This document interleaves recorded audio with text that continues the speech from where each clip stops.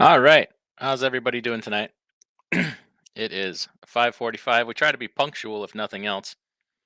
Uh, your typical president would make the reporters stand around for a half hour before gracing them with their presence, but we try to be on time around here. Time is money. Time is valuable. Thanks everybody for coming in tonight. Just thought we'd get together and shoot the gip a little bit, answer some questions, talk about current nonsense and everything else going on in trucking. Let's see who's all in here already. David Edwards, thanks for coming in early. 20 minutes early. Well, thank you, sir. Robert Burns in here. Second, thanks for coming in. Darn near made it to first. Darn near. David Edwards, again, what's happening? Not much. Uh, chilling in the big chair. That's all. Shannon Thomas, channel member, thanks for coming in. Love the backdrop. She says, oh, grade 8 says President DIY, Vice President Cash is king. Now things start to get done. Yeah, apparently they let any idiot sit in this chair. Well, not this chair. I got a different backdrop now, but they let anybody sit in that big chair in the White House there. So I figure, hey, I'm gonna take my turn. I could probably get more done in about 20 minutes than it takes about 10 minutes to do or 10 months to do. David Edwards says first order of business, get rid of the EPA. That's a tough one. I struggle with that. If I was suddenly irreplaceable dictator, who would be the first to go? I don't know that it would be the EPA. Boy, um, IRS maybe, Department of Education. I don't know. I could take the hatchet. I'd swing that hatchet around like an old time what do they call barbarian. Who else we got here? Shannon Thomas says, "How about stop the ability of brokers to price gouging and get all owner operators to agree on a base of no less than $4 per mile, or we don't run it." I don't know if I can agree with that because if we can do it to them, they can do it to us. Uh, if they gouge us, we can gouge them. If they stop us from gouging, we can stop them from gouging. I would prefer to just cut that middleman government regulation out and let us conduct business uh, between the two of us on a one-on-one playing field rather than having that third party involved. David Edwards says, or at a minimum, 1.4 times the national average for the cost of a gallon of fuel. I don't know. It might work. I don't know that I necessarily agree with these with standards though, because what happens is if you set a base rate, say we set a base rate of $4 per mile, well everybody catches up to that. So fuel will creep up, maintenance will creep up, tire prices creep up. We're kind of seeing that now since the prices are so high with everything. Everything creeps up, and then pretty soon you're just kind of equalized to right back where you started. I'd prefer to just do one-on-one transactions, cut that middleman regulation right out of the picture, and I think that would change a lot of things right off the bat. Within reason, obviously, we can't be out killing people and running over families and stuff like that. But David Edwards says, "Amen." All right, Jerome Jones, big money in the house. Channel member says, "Good evening." I can't talk today. Can't talk. Can't speak. Can't do anything right. Says, "Good evening, DIY. Thanks for coming in, Jerome." Uh, hold that line. Okay. Oliver says, "Why didn't you buy that other gray Mac up in Fond du Lac?" I did. Oh, there's a new one. There's another one in Fond du Lac. I did not know about that one. Hmm. Um, I bought the one out of Racine down there. Maybe they got another one in. Maybe I've upset the salesman and they don't call me anymore. I don't know. I don't have that one on the road yet. Don't have a trailer for it yet. But tomorrow I should find out. Might have inside track on a couple trailers. Salesman told me to call him back Monday or Tuesday because they're getting some dropped off this weekend for trades. And of course, I'm not waiting until Tuesday. We're going to be right on it first thing Monday morning. See what got dropped off over the weekend and see what the specs are. They're overpriced. They're not. They're not gouging to the point where some are, but they are overpriced. And they're 2013s, which prefer to be newer than that. But hey, I've been having trouble getting trailers, man. So we're going to, just about anything is fixable, provided you're not starting from too far in the hole. They got to have some certain criteria before they're up my alley, but we can work around a lot of things. CB's in here. Good evening. Ryan Brandenburg says, "My Wisconsin brother from another mother." Yeah, there you go. Uh, you're probably still running that Badger Western, making that big money up there, running that LTL reefer. Yellow haired girl in the house, channel member. Thanks for coming in. Truck driver says diesel is 4.25 on the East Coast. Damn. I heard Pennsylvania. Somebody told me in Pennsylvania that it's right around 4.50. There were stopped in. Thanks for coming. Oh, a couple super chats. Thank you. Freight trucking, $10 super chat says boom. Thanks for coming in. $10. I don't know. I know what you make. I've seen some of them checks. I know you're killing it. How about we add, I don't know, 4 or 5 more zeros to that 10? I'm just playing. Thank you. I appreciate that. You don't have to do that, but I appreciate it. Yellow hair. Oh, thanks, yellow hair girl, channel member. Another super chat, $5. Appreciate it. Thanks so much. Uh, Freight trucking says the guy talking about MPG and how important it is, yet sits behind a cab over. Typical politician. Hey, if I'm sitting in the White House chair, I gotta take that White House, that strong hypocritical stance. You become. It's one of those. You sit in that chair, you become one of them. It's automatic transformation. No, cab overs. Cab overs get views, so we gotta put some cab overs up there. Gary Bates in the house says, "Truck or eat." Happy Halloween. I'm gonna do both. I'm damn sure gonna eat. Oliver says, "I go past it every day." I'm gonna have to look into that. I did not know there was another one sitting there. Is it a sleeper cab though, Oliver? Incidentally, Oliver, I gotta get you a picture. I finally got my Oliver 66 row crop in my new shed, and I should post a picture of it just for you. It's kind of pretty, kind of pretty. Friday in the house. Thanks for coming in. I remember you. I remember you Friday from way back. Getting an email from you, so I appreciate that. Thanks for coming in. Pop Tart Gone Trucking. Hey y'all, that's a good name. That's a good name. Aaron W is in here. Nomadic Brit. Did I miss you on Friday, Nomadic Brit, or did we just? I gotta be honest with you. Friday was a tough day. We got off work. We went out for fish. We went out for dinner, and some sketchy folks showed up, and I have a hard time remembering the rest of the night. Be perfectly honest with you, I damn sure remembered it the next morning. But then the next morning, I'm hungover, and I had to go farming because it's harvest time, and we have to go combine corn. So I've been doing that all weekend. We got done early today, so I'm home, and I'm like, let's do a live show before I go to bed and pass out. So yeah, Chris says, do you think the ports charging for containers in lots too long will help or hurt the situation? You know what, Chris? That's a good question. I think they don't know what to do, honestly, because uh, containers sitting in the lot too long. Well, what do you do about it? So if you're talking about in the port lot, you can only get them out so fast. You can only get them back so fast. If you're talking about at the customers, sometimes they're just leaving them at customers because they got nowhere else to put them. They can't find anybody to transport them back. And if they do take them back, I guess from what I've been told, I have no idea if it's true because I'm not in that business. Uh, the only way they'll let you bring a container back in is if you're taking one out. So what are you supposed to do?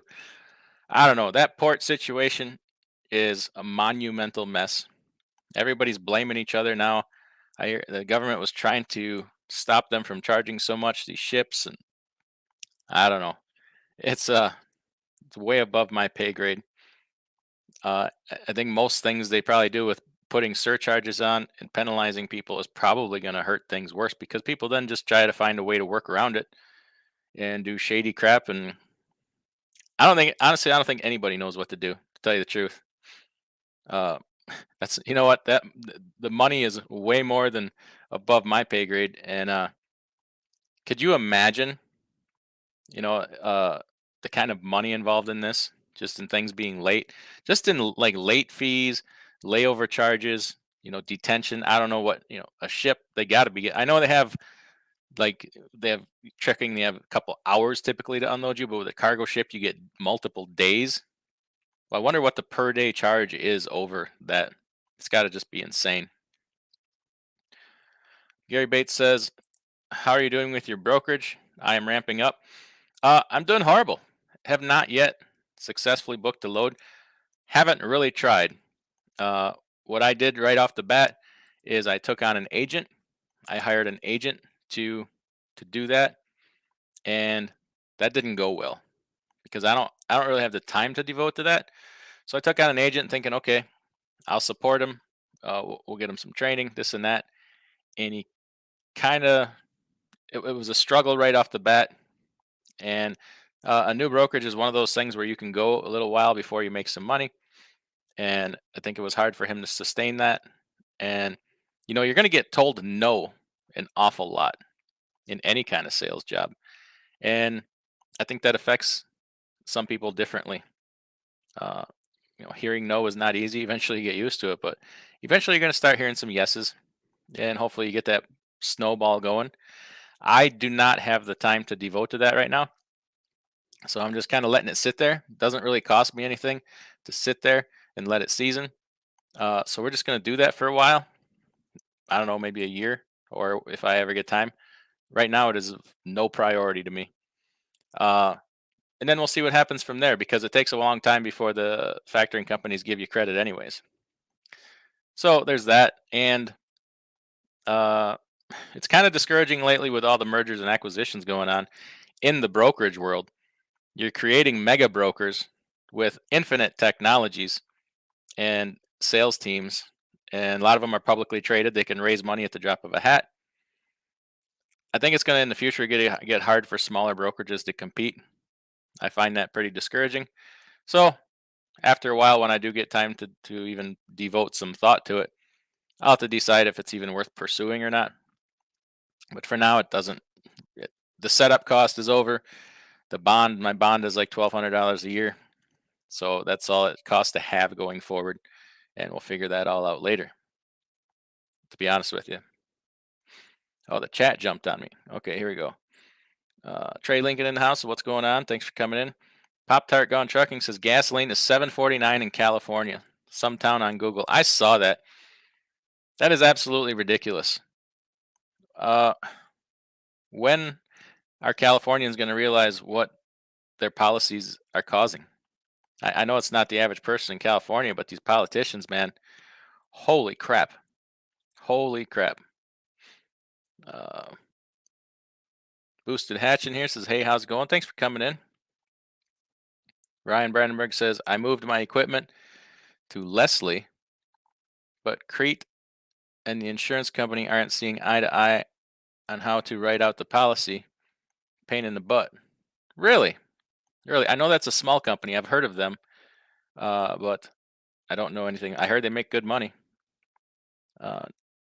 Nomadic Brit says, I had to haul ass, and now I'm in Mississippi. Okay. No big deal. We'll maybe meet again sometime. Cash is King in here. Says, hey now. Hey now, Cash is King. Thanks for coming in. He says, don't worry about the port. Joe Budden's got it under control. Yeah. Yeah. Uh maybe. Here, I'm gonna drop that link here. Cash, if you're not doing nothing, come in. I don't know if you're home, still getting that truck worked on. But Yellow Hair Girl says, what's your thoughts on remote control semis? All the talk of eliminating diesel, the 12 states urging Biden to eliminate by 2035. I like to laugh at that, but I'm naive. Drayage issues. You know, that's a pretty aggressive thing to say by 2035. We still lack a lot of infrastructure. Despite what's going to happen, trust me, I don't want these autonomous trucks more than anybody else. But what we want is not necessarily what we're going to get. 2035 is pretty aggressive. And I don't know how they think they can ban diesel or combustion engines. Oh, the governor of California has pretty much banned all small engines, all gasoline powered small engines. Have y'all heard that? Chainsaws, lawnmowers, generators are going to become illegal in the state of California if they are powered by gas. I don't know about diesel, but it's going to mandated everything be electric. So they're going to switch all this stuff over to electric. And have they thought about the tax that's going to put on the power grid? I mean, it just doesn't fall, out of a monkey's ass flying over. Free electricity, but they don't have that kind of foresight out there. So 2035 is pretty optimistic, but I know they signed something about automobiles. So many of them got to be electric by or whatever, but that's different. They can't. I don't know if they thought about. They can't have electric trucks in every application. I mean, have you thought about that? Like, what if you're hauling certain kinds of hazmat? You can't have basically an electrical power plant right next to it. Uh, I don't know that I would want electrical gasoline tankers or electrical explosives. Have they thought about that at all? I mean, this one size fits all nonsense is kind of concerning. I hope somebody's stopping to think, oh, okay, maybe this doesn't work everywhere. But I don't have that kind of confidence that these people are that smart. Uh, Yellow Hair Girl says last night in New Mexico, no fuel at the Pilot or Flying J near 66. TA was closed to empty, no show truck. Oh, close to empty. Oh wow. Is they got a storm down there, or what's going on down there? TJ Jones, what's up? Thanks for coming in. Uh, Jackknife says the channel. Nobody is here. Mm, I might have missed something. Ryan says build yourself a small cold storage cross dock operation. There is money in that. I tell you what, that there certainly is money in that. I don't have that kind of money to get it started. No way. Holy cow. You'd have a couple $1,000,000 just in concrete. We ain't rolling that hot. Hot Seas says keep an eye on Too Simple. They're all about autonomous trucks. Okay. I'm familiar with a couple autonomous companies. I have not heard of that one. I'll have to check them out. Trey Leakin says electric generators. Where do they sell those? Yeah, isn't it? I heard somebody actually say electric generators, and I'm thinking, okay, you must mean solar. You must mean I don't know. I've never seen a. Well, I mean, there's wind power generating systems, but I've never seen a standalone generator that's electric. I mean, it was absurd, but somebody actually said that. That's why I'm saying it. But I'm assuming what they must mean is some kind of solar, which they are not very good. They got a long ways to go. Uh, so I don't know what the hell they think they're gonna do. I don't know. That's the thing. These people they pass these laws and these rules, and they lack the basic grasp of how things work. It's funny, yeah. The irony is not lost on me. Trust me. Chat jumped on me. Let's see if we can get that back here. Uh, yes, so they can tell them they can't plug in. Saw it this summer. Yeah. Basically, it's a control grab. But how much of it you gonna take? Honestly, you're gonna tell me I can't mow my lawn? You're gonna tell me in probably the state with the worst grid situation with their rolling blackouts, wildfires, you name it. You're going to take away people's ability to use a generator in the time of a crisis. What about hospitals and nursing homes? You're going to take away their diesel fired generators. Granted, they're not considered small engines, but I don't know where they set the standard of what's considered a small engine. So, hey, so the power goes out and 150 people in the hospital got to die because you can't have a diesel fired generator. Um, I don't know. It's a crazy place to live. I love visiting there. Tell you what, I kind of miss going out there, but I wouldn't live there. Couldn't afford to live there. Trucking to you is in the house. Thanks for coming in. Throttle Junkie says just started my LLC today. Well, congratulations, congratulations. It's a good first step. So keep the ball rolling. Eddie says the footprint of batteries on the environment worse than fuel. Yeah, they're very toxic to dispose of. They take a lot of like resources to make, and guess what? You got to charge batteries. So uh, Cash says don't overthink these government policies. Mark says I know a guy that has 15 reefer trucks and a climate controlled storage and cross dock in Phoenix. He's rolling in dough. If I had a few million laying around, I'd do that instead of buying trucks. Yeah, there's good money in being that middleman. Any a middleman in anything usually does pretty good. Uh, definitely, definitely. But don't build one in California, because if the power goes out, you got a frozen warehouse. What are you gonna do if you can't have a generator? Cattle hauling in here. Thanks for coming in, buddy. Everybody, check out cattle hauling, Cash is King Trucking. There's some channels in here. Everybody, check them out. Uh, Dan's Outdoor Adventure says, "What could possibly go wrong with hydrogen power and hazmat?" You know, I can't see anything wrong there. Maybe hydrogen power, and how about a load of nitroglycerin? How about that? I don't know, whatever. It's it wouldn't be good. Cash King Trucking says the old Bix Produce building in St. Paul's for sale for 5 million. The state bought it and they were going to use it as a morgue, but that apparently COVID wasn't bad as they thought. What would you do with a building after you use it as a morgue? I think you'd have to tear that sucker down. Uh, no one delivering fuel. Weird again. Word of the day is weird, isn't it? Though, isn't it? Uh, it's the middle of harvest up here, and propane is in short supply. Propane's gone up substantially, but I've heard a couple people saying they can't get it, and they use propane to dry grain. So yeah, lots of the shortages continue. The shortages continue. Yeah. Chris says electric generator, aka battery. Yeah, yeah. Talking in circles. I tell you what, that's leave it to a politician, right? Uh, Electric generators are just overpriced, pure sine wave generator hooked to a bunch of batteries.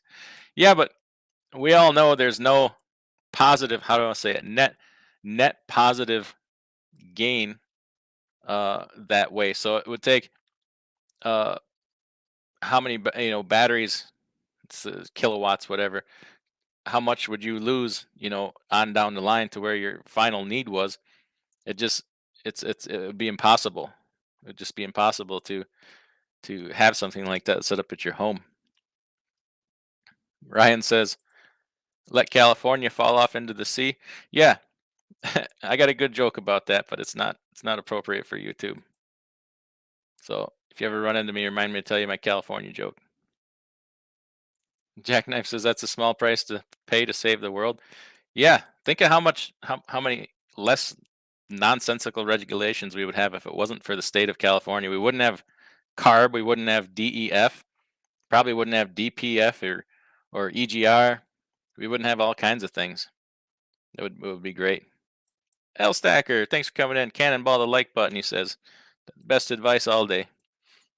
East Texas trucker in here. This evening, gents. Thanks for taking a break from making all that money to stop in here and say hi. Uh, Mike Tejas says, "Do you know how much more you get paid for refrigerated versus dry?" Um, Tell you what, dry freight pays really well right now.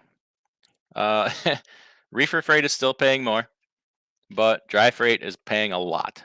So right now, it's a toss up. I mean, you're not going to do bad with reefer. Historically, reefer pays more. What percent? I don't know. A percent equal or greater to than the extra costs involved in having a reefer trailer. But a lot of people don't like reefer. They hate it. The noise, the schedule, the waiting in the docks, blah blah blah. Uh, Jackknife, yeah, and my nobody. I'm sorry, Jackknife. I forgot about you. Everybody, definitely check out Jackknife TV 83. I apologize. I can't get them all, but I apologize for that. Uh, Trucking to you says hit the like button, people. Well, thank you. L Stacker sending some potatoes from Idaho. Awesome, awesome. So I finally got my Arkansas ad valorem bill. Where did I put it? I don't know. I must have put it away. $12. Haven't done a video about that. I mentioned that in a previous video about Arkansas. Some people were asking about that. So my bill for most years has been $12. Now with more equipment, I imagine that's going to go up. But I was going to show that, but I can't find it. So we'll talk about that in another video. Ryan says, I love when I get a dry load. Time invested is usually worth the slight decrease in rate. Yeah, if you haul reefer and you hit it pretty hard, it sure is nice to get a dry load every once in a while. It seems so less stressful. Usually it's on and off faster, and you just get a couple days break from burning that reefer fuel. Uh, that's me, not for me. Oh, okay. Thank you. Yellow Hair Girl says, if you have a reefer, you haul both. All I haul is hazmat. Best choice I made. Oh, hazmat hauler. Okay, so you should be making some good money for that. Grumpy Trucker checking in. Thanks for coming in. East Texas Trucker. Ugh. East Texas Trucker. That's also a channel. Check that out. Says, don't worry, I'm still making that money in the UP right now. We do runs up to Marquette. Beautiful area this time of year. Yeah, it's cold and windy today. I was working outside all day in the field, and I'm just chilled to the bone. And it ain't even that cold yet, but it was really damp. You can do both with the reefer. Absolutely. Mark M says the majority of pollution comes from China. I think it'd be better if those ports stay slow. That would grow more small businesses to fill the needs that were sent overseas. Yeah, wouldn't it be nice if they could just ease regulation? We could start making some things here again. And with the right people at the helm, I think that could be done quickly. Happy Halloween, everybody.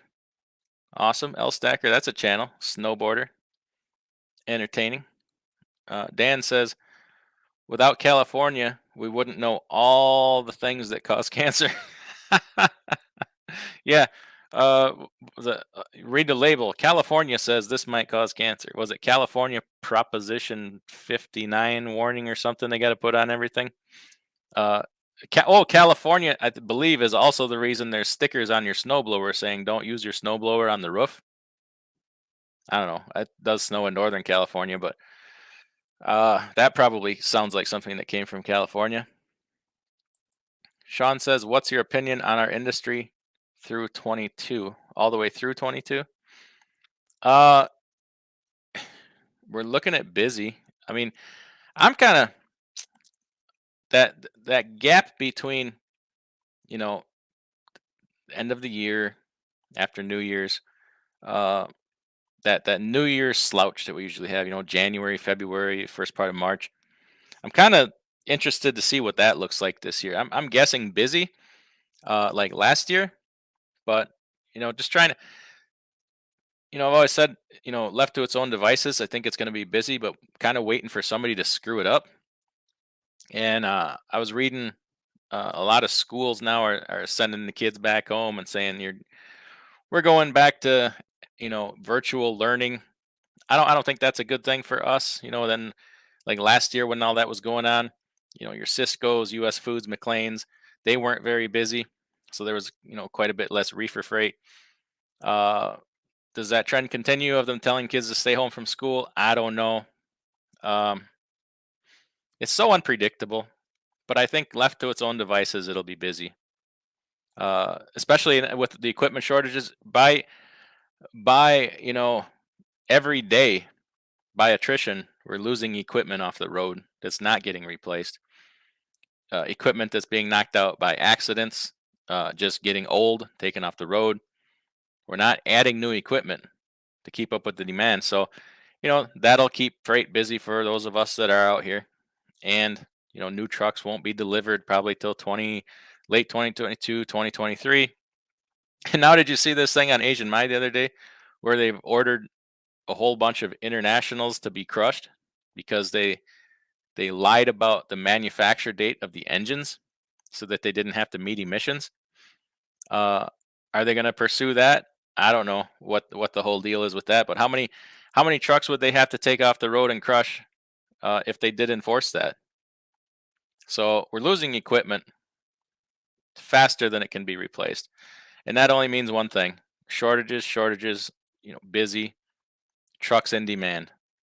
So, but like I've said this from the beginning, I just kind of have that gut feeling of just waiting for some politician or somebody to step in and just screw it up.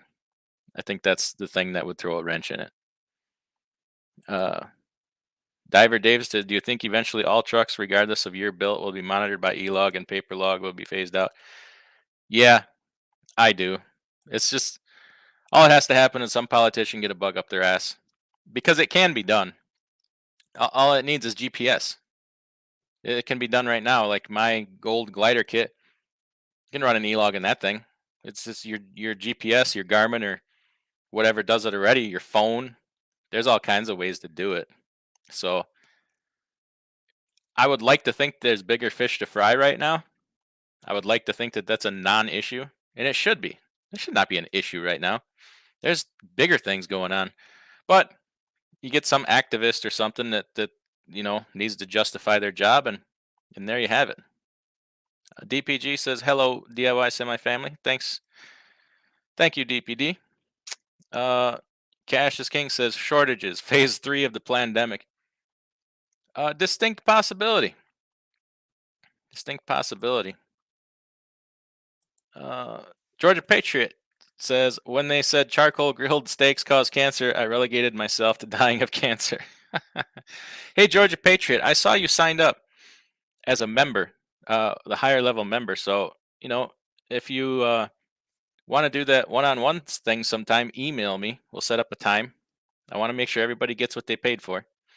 Maybe you just did it to support channel. I don't know, but I want to make sure you knew about that. Anybody, well, check out links in the description below. If you're going to buy something, use those. There's a Amazon link. I don't recommend anybody buy anything off of Amazon, but if you're going to use that link, maybe make 10, 25 cents or something. But at any rate, there's channel memberships.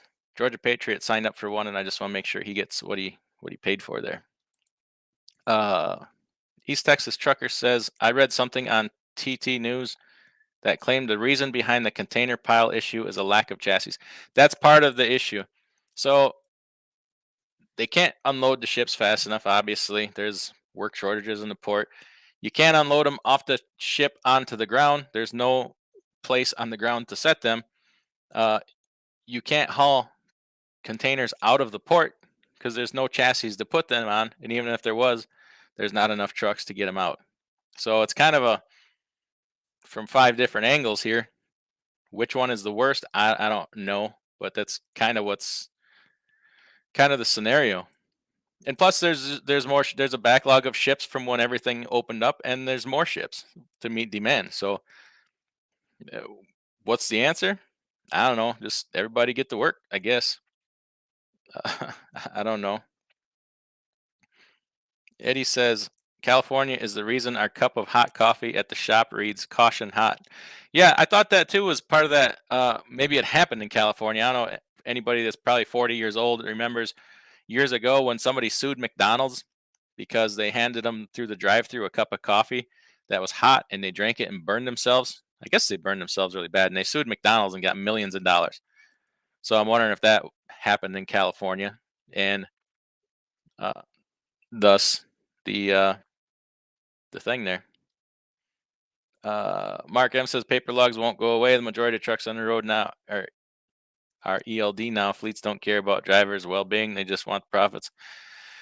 Yeah, but for some people, I'm sure that's just not good enough, and until they get us all right where they want us. But uh, Sean says, "So you don't think equipment shortages will be over by the holidays?" No, absolutely not. Not a chance. Uh, I believe you're going to see them get worse, and they are getting worse. uh, between now and the end of the year.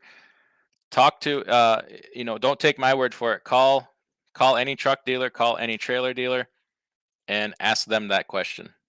They will laugh as they're telling you the answer. It's dire. It's dire, the shortages. So they'll tell you what the fleet plans are. They get their used equipment from fleet trade-ins. They'll tell you what the fleets are telling them as far as, we're not giving you any trade-in equipment because you can't give us any new equipment. So no, it, even the middle of next year is very optimistic. Uh, I would say the end of next year is optimistic, unless something happens where freight takes a dive or something and there's not the demand anymore. But uh, equipment resupply, you're looking at 2023, and that's from three or four different trailer dealers I've talked to. I call a lot of places looking for trailers. Trust me, it's an all out effort, and that comes from a couple different truck dealers. So that's if you want to know where I'm getting my information, that's it. And just from what I'm going through, trying to get equipment, my personal experience. Um, I wish it weren't. I wish it wasn't so. Ryan says, "Stack your cash. What goes up must come down." I say I agree with that, but I say stack a lot of things. Stack cash, stack precious metals, stack assets, stack food, stack silver and gold, stack real estate. Uh, Diversify and stack it up. That's what I say. How about we stack some Macs up in the yard, in the driveway, and some Freightliners. Stack some equipment, stack some tires, stack some backup parts and supplies, and whatever you think you're going to need. Pile it up. Georgia Patriot says, everything the federal government is doing right now is meant to collapse the economy. I don't disagree with that. I just would say it's been going on for a long time, honestly. Going back to the Federal Reserve and maybe even farther than that, but that's a big thing to talk about. It's a deep subject for such a shallow mind of mine. So, and I'm tired today. Oh, we got somebody backstage. I'll get in there in a minute. Let me get some of these comments out. Yellow Hair Girl says, I believe that they're waiting to screw it up. They approved a shot for kids 5 and up. School is becoming a place to play politics. I'm not opposed to homeschool. Yeah, I'm not either. Uh, I have strong opinions on that, and they tend to irritate most people, so I keep them to myself. Love Muhammad says, hello DIY. Thank you for coming in. Cassius King says the real story is inflation. Box of Tic Tacs, $2. Damn it, boy. Guess you're gonna have to go around with that trench mouth stank breath. $2 ain't nobody can afford that. Robert Burns says, would you buy a 1998 dry van trailer if it is in decent shape in today's market? Um, if I needed it, if I really needed it. Here's the thing: 1998 is going to be. I know where you are, Robert, and I know what you do. 1998 might rule you out of a lot of the loads that you're probably going to haul, because the paper factories around you want what's called a paper grade trailer, which is 10 years or less. And you know with the understanding you're gonna overpay for it, but that's just the way it is. There's nothing you're gonna do about that. And I think that you're a smart guy. Georgia Patriot, okay, yeah, shoot me an email if you like. Definitely. And that's if I miss anybody that is overdue for their monthly meeting here. What You're probably wondering what the hell I'm talking about. I have a level of membership that if you want a one-on-one hour-long consultation or whatever, uh, you can sign up. I don't expect anybody to do it, but some people have asked for it, and I don't really promote it. And once you sign up, you got to email me, say, hey, we'll set up our time, whatever, and we'll do a one-on-one consultation. Whoa,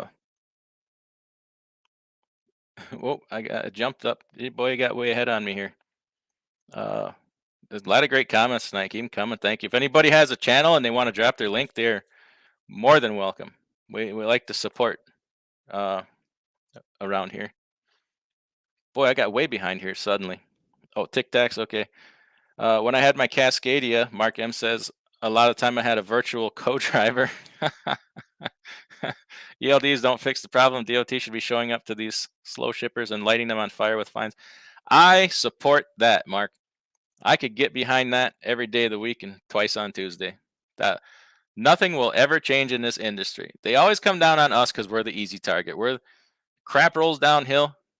Us drivers are standing at the bottom of the hill, looking up with your mouth open, ready to catch it. And so we're the easy target. We're always going to be the first ones they come after. And the real problem lies higher up the food chain, but they got money, so they leave them alone. Falcon says, "Do you see the workers' condition for truckers improving and better wages for people entering the job?" Um, I'll be honest. If I can be real honest about that, like I don't see how they could possibly be better.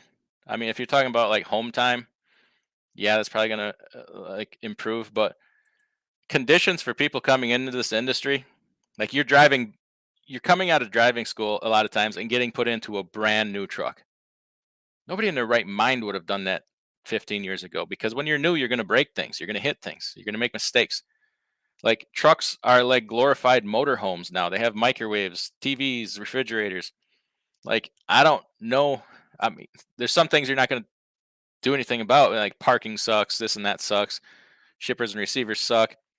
But like, and I'll be honest with you, this probably isn't popular either. Like coming out of driving school, you can get a butt ton of money that you haven't earned. You haven't done anything yet, and you're probably gonna make a lot of money.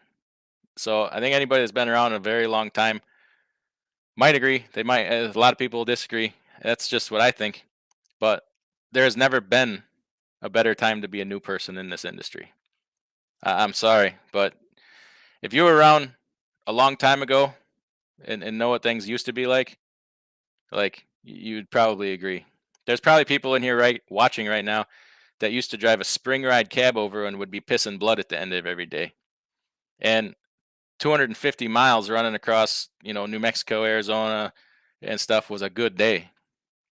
So, hey, it's things have come a long way. They really have. Aaron just bought a 2018 Great Dane dry van for 32. I figured I better take that deal. Trailer prices are insane. That's not a bad deal, Aaron. It's overpriced, but I've heard of 2018s. Somebody saw a 2018 van go at an auction for $64,000. I would not touch an auction right now because it's a frenzy. People don't know when to stop. They get into that caught up in the moment, and um, it turns into a frenzy, and the equipment's going for way too much money. Can you get fined if you don't use ELD? Just use paper lugs? Absolutely. Well, yeah. If you're meet the criteria where you're required to have an ELD and you don't use it, you're absolutely going to get fined, and possibly put out of service for so many hours or whatever.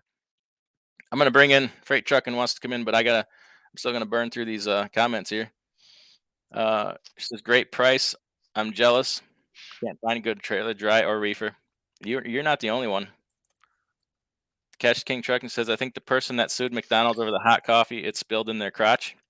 Okay, that wasn't you, was it, Cassius King?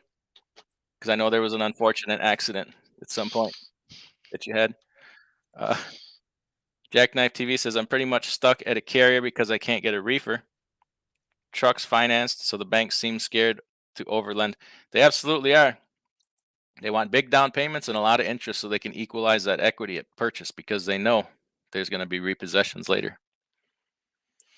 Mike says, I finished school in Ohio to get my CDL on December 13th. I heard the car hauler money is where I can make the most. Can you please give me your opinion? Car hauling is good money, my friend. I have a friend that's a car hauler, and they kill it. They kill it. But it's a work, and it can be a little bit scary and a little bit dangerous. But the money is good in car hauling. Aaron says, luckily it was from the guy I'm leased to. Okay. All right. Yeah. That's a decent way to get equipment right now is if you're leased to a carrier, and they want to sell you something, jump up on it. DPG says, I just sold my 2001 beat down trailer. Wow, that's good money. I heard Carvana is a good place to learn with good bennies. Never would have thought of that. But they only haul like 1 or 2 cars at a time, don't they? Paid 6 grand for that trailer 4 years ago and just sold it for 12. Wow, good for you. But were you able to replace it? Did you get yourself another trailer? Jackknife says if you're mechanically inclined and you got a carrier dealer next to you, don't be scared to buy a 2006 reefer if the box is straight. Yeah, there's a lot of customers that won't load a trailer that old, but most of them are overlooking it right now, to be honest with you, because they need their freight moved and they don't care. Sean Fairman says I see a lot of pumpkins with 600 to 700 on them. They never keep them that long since I've been here. Yeah, the bigger fleets are keeping their trucks. They're not getting rid of them. So when trucks do start coming in on trade in 2023, they're going to be high mileage trucks. So it's still going to be a struggle for the people that rely on that, like me. Like you're going to pay a lot of money for a truck with a lot of miles. Cash says stack doggy coin. I'm not down with that. I'm not down with the doggy coin. Yes, I know it's Dogecoin. I don't care. And I'm also not down with that new whatever heap of crap they're pimping. What the Strubu Inu or something like that. If you are, knock yourself out. Yellow Hair Girl says I'm getting mechanically inclined. Yeah, if you go buy them older gliders, you're gonna get more mechanically inclined. But that's not a bad thing. That's a good thing. Georgia Patriot says research Weimar Republic before you stack cash. Yeah, Georgia Patriot. That's what I was saying. Stack those other things also. I am familiar with the Weimar Republic and Argentina. Now would be a good time to go about rebuilding a pre-emissions older truck, or will I run into problems with parts? I don't see parts shortages with my older truck. They're no different than it was before because there's still only so many of them on the road. That could change. Um, shipping is a thing. Well, the chat jumped on me again. Well, I got way behind here. Hey, Truckin', what's up? Oh, you muted yourself. Yeah, can you hear me? I can hear you. Sorry, doing laundry. In the truck? I was bored. Yeah, it's a new RV. Wow. Georgia Patriot says, by the way, my 2017 680 depth sensors started failing. Only took Kenworth 7 days to get one in, so that's some good news. Yeah, normally you'd be upset by that, but right about now, I think 7 days is probably good news, isn't it?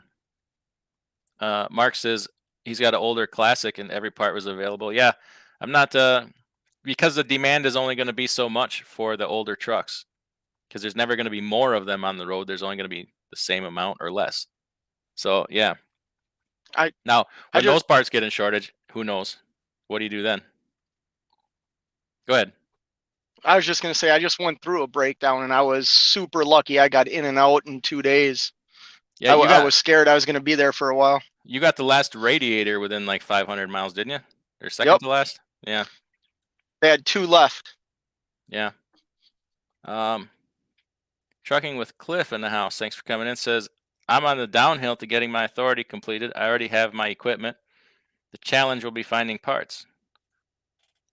Well, judging by that avatar there with that Freightliner behind that tow truck, looks like you better get on finding them parts there, Trucking with Cliff. I'm just teasing. Start looking now. Just start looking ahead of time. If you know what you need, carry. I wouldn't be opposed to carrying extra depth sensors, NOx sensors, whatever. I don't know. Especially now that we have more of the same truck in the fleet, might be a good idea for me to start carrying that stuff. But you can only inventory so much. Cattle Holland says, I just had all filters replaced and bought 2 each of fuel and oil. Plus I have OPS, so should be good for about 1.5 years as far as filters go. I didn't mention that. We're having filter shortages now. So people are going to truck stops and they can't get a PM done because they don't have the damn filters. So if you own your truck, I highly suggest you go buy yourself a case of filters, a case of fuel, a case of oil. If you got a bypass, grab a couple of water filters, whatever, because even if they are around, the prices are going up, up, up. So half the battle is having the parts. If you have a couple extra filters in your cab, you roll in, give me a PM. We ain't got the filters. Oh, happens to have them right here. Half the battle. And somebody said they were out of Rotella oil, which is weird. It's kind of weird to run out of oil. But I mean, you could just put a different brand of oil in. It's not gonna kill you, So, what are you gonna do? I can't even. I'm not even trying to say this name. DRIS is what's a good email? DIYsemi@yahoo.com. Be a good email. Sean Fairman says, I think Cassius King will eventually run for public office. Minnesota governor, maybe. Let me tell you. He's got my vote. Well, there's a couple. Skeletons are a real thing. Skeletons in the closet. Both of us know better than to run for public office because, people grow up, you outgrow things, but we've all done some things in the past. Let me just make that clear, and I think most of us here would say, yeah, I don't want anybody knowing about that, so I'm just not going to run for office. Oh, it's all locker room talk. That'll even get you in trouble now. Hidden microphones, my friend, are real, and cell phones and all that stuff. Cassius King says, hit the like button. Definitely. Everybody check out my brother Cassius King's trucking channel. We need to get him up to about 150,000 subscribers. Right around there, doing that trucker news every week. I kind of like that. Kind of doing it with a different spin on it. Appreciate it. Yellow Hair Girl says, wages are great.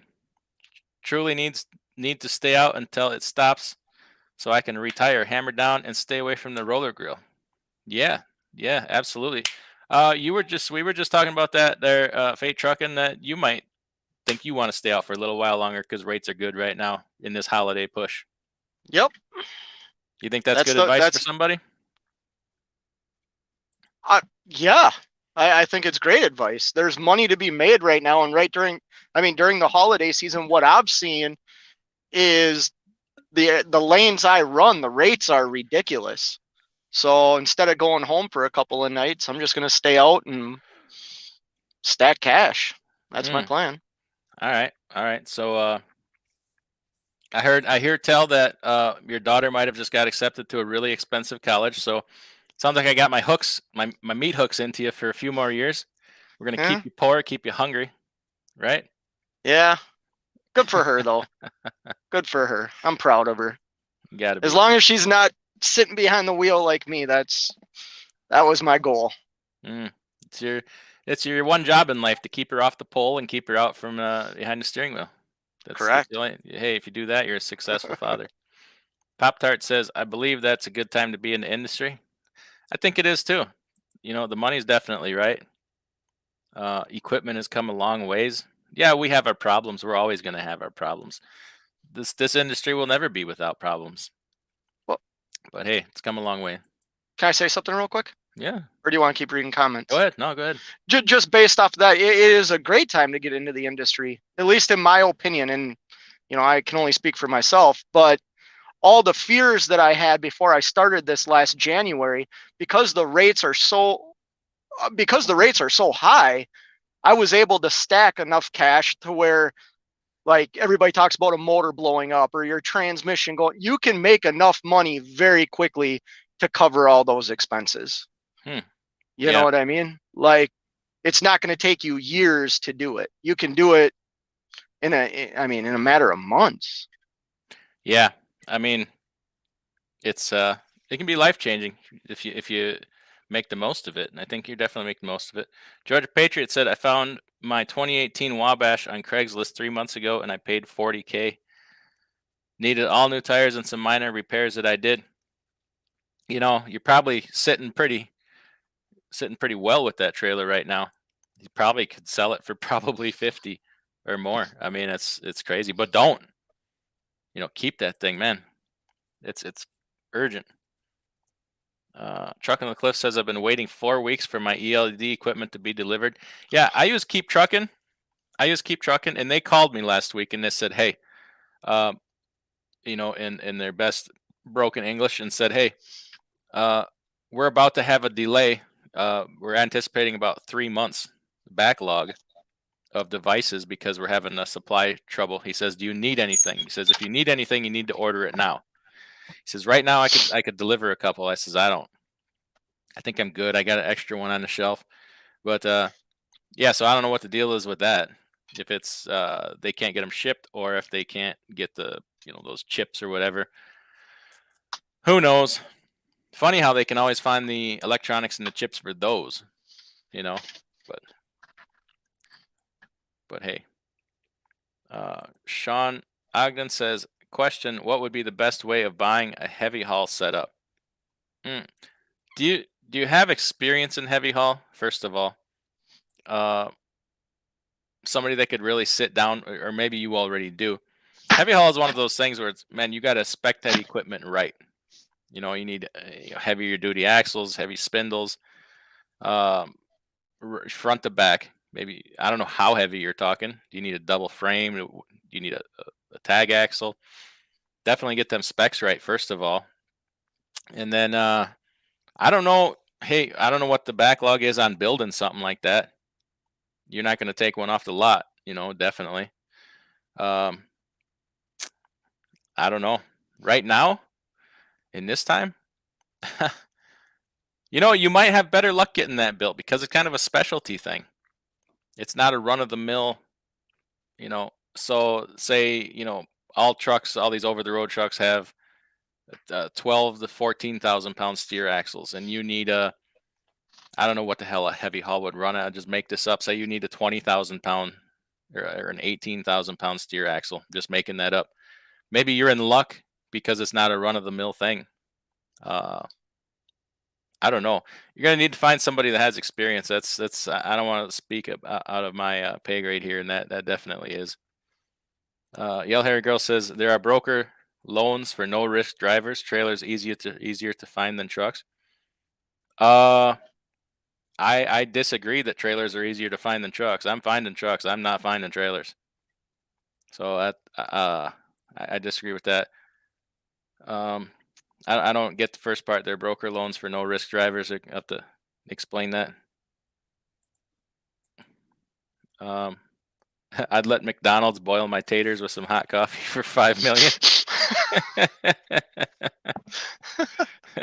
I'd pay money to be there for that. I'd like to see that. Mark M says follow at Car Carrier TV. The guy knows car hauling. Okay. All right. Lost my place again. She jumped on me. Can you believe that? Hey, yo, do you want me to bounce? You got a lot of good questions coming in here. Oh, that's okay. You can hang out if you want. If you got to do laundry, you're good. I still got time in the dryer. People like you. They like you better than me. East Texas Trucker says cash is king for transportation secretary. He ought to be somebody's secretary. I mean, at least for any executive, at a higher up executive job, he ought to be their secretary. I don't know, but I need to answer the phone. Yeah. You can't send everything to voicemail and then not listen to your voicemails. Sneaky B says, "Hey, Adam, Dina, and I are watching. Great channel. The info here is very valuable. I still have the itch. Thanks again for finishing my training." Oh, thanks, man. Thanks. Somebody from way back in my past right here. Back in the day when I trained, I met this guy. Great guy. We've kept in touch for many years. Thanks for coming in, Brian. Appreciate that. Yellow Hair Girl says Carvana hauls full trailers to the small delivery trucks. Okay. All right, I got it. Interesting. I don't know a lot about that company. Don't know much about it at all. Cassius King says, my advice is to buy everything you want now. I got a feeling we'll be lighting fires with $100 bills to stay warm in the near future. Hashtag runaway inflation. Yeah, but you got that mile high stack of $100 bills, Cassius King. I really hope he's wrong. We're not necessarily on the right path.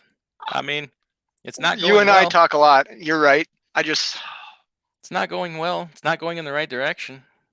Mark's got well stored and physical gold. Mark, I'm gonna need to know where you store that. I'm gonna need to take inventory, check that out for you. I need to know for sure for myself. Uh, Ugly Trucker says fuel mileage is the issue. Okay, all right. Yellow Hair Girl says parts don't seem to be a problem for older trucks now. No, I agree. Alex Express in the house. Thanks for coming in. Appreciate it. Felix says can't can or can't find an airbag for my Volvo. Yeah, airbags are in short supply too. I was in the market for those a few weeks ago and had to drive a considerable distance to get some. Trucking with Cliff says the bottom had to be replaced. 6 load after buying it in March. Ooh, ouch. Oh, that must be why that Cascadia is on a tow hook like that. Dang, man. Well, back in March you could still get the parts. So I mean, there's that. If there's any positive at all. Sorry about that. Nomadic Brit says a friend of mine ordered a new Mac 3, a new Mac 3 weeks back and is being told delivery will be in September of 2022. Dang. Third quarter of next year. That's what the Yep. Mac dealer told me last week. Yep. Dang. Sean Fairman says Joplin Petro had no mobile Delvac for 2 weeks. It's hard to believe that's in short. I mean, because Exxon is in Texas. So, I mean, it's not like we got to wait on a container ship to bring some mobile Delvac over here. But I don't know. Who the heck knows how any of it works anymore? Jackknife says, hey, you can do it with an old truck. Got an '07 9400 with 640,000, 25,000 with 5K down, 885 a month. That's a good deal. I'm guessing you were probably not a first time buyer. Just taking a shot in the dark there. First time buyers is tough right now. Diver Dave says I have a relative in Indiana who owns a diesel rebuild shop, and he is 6 months behind on requests for pre-99 engine rebuilds. His shop is working 24/7. Hey, good for him. He found a niche, man. He found a valuable place to be, and he must be a good mechanic if he's got a waiting list. I tell you what. Grade 8 says I talked to the service manager at my favorite dealer yesterday. Mobile Delvac is unavailable for them in bulk. Wow, unbelievable. Maybe I need to buy some barrels of oil and just stash away too. I don't know. Got that shop built now, but that thing's full already. I'll have to make a video on that. Cassius King says I'd have to off a few people before I kick off my campaign. Yeah, yeah, and we definitely don't want to run together. It would be called the unelectable ticket. I'm an ex serial killer. Okay, I don't doubt that. Jackknife says deaf. What's that? Bruce S in the house. Thanks for coming in. Says what's going on. Jackknife TV says Walmart truck oil shelf empty in my town. 81 and 80 in Pennsylvania. Wow, if Walmart can't get it, can't nobody get it, I'm guessing. Oh, Trucker's assistant coach says this sucks. Well, okay, don't watch it. Whatever. Cassius King Trucking says anyone, yeah, anyone seen Coco's official music video? Trucking crazy. Yes, I have seen that. I will never be the same at having seen that. I'm not even. Hey, if you want to put a link for it, that's okay. I'm not gonna because I'm not sure everybody needs to see that. It's disturbing. Why is Trucker or Whiz Trucker? I'm not sure. Says, hey there, I should be on the road as an owner operator. Should I rent a trailer or power only would be suffice until I can purchase on? Okay, well, good luck renting a trailer. You're gonna have about as much luck as buying one. If you can find one, snatch it up, get it.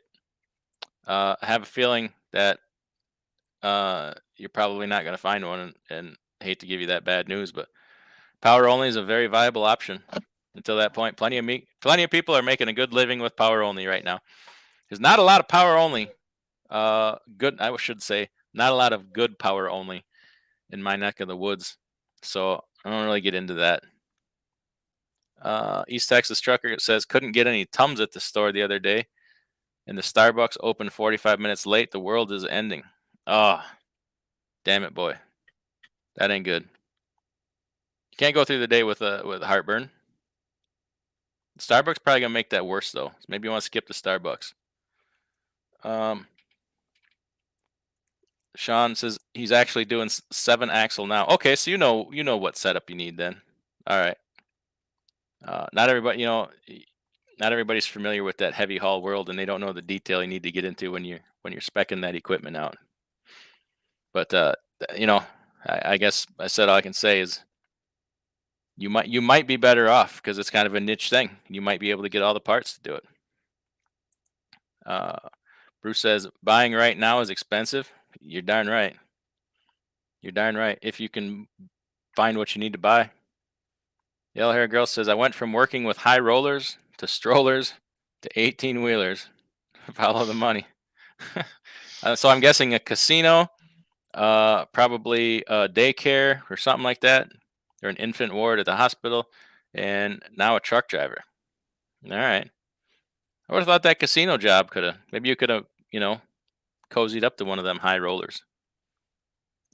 Ed just air fried a steak in his truck. Damn it, boy. Atta boy.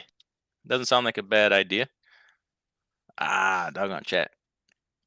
Kelly's Kitchen in the house. Thanks for coming in. Says, sorry, Alex, hit the wrong button.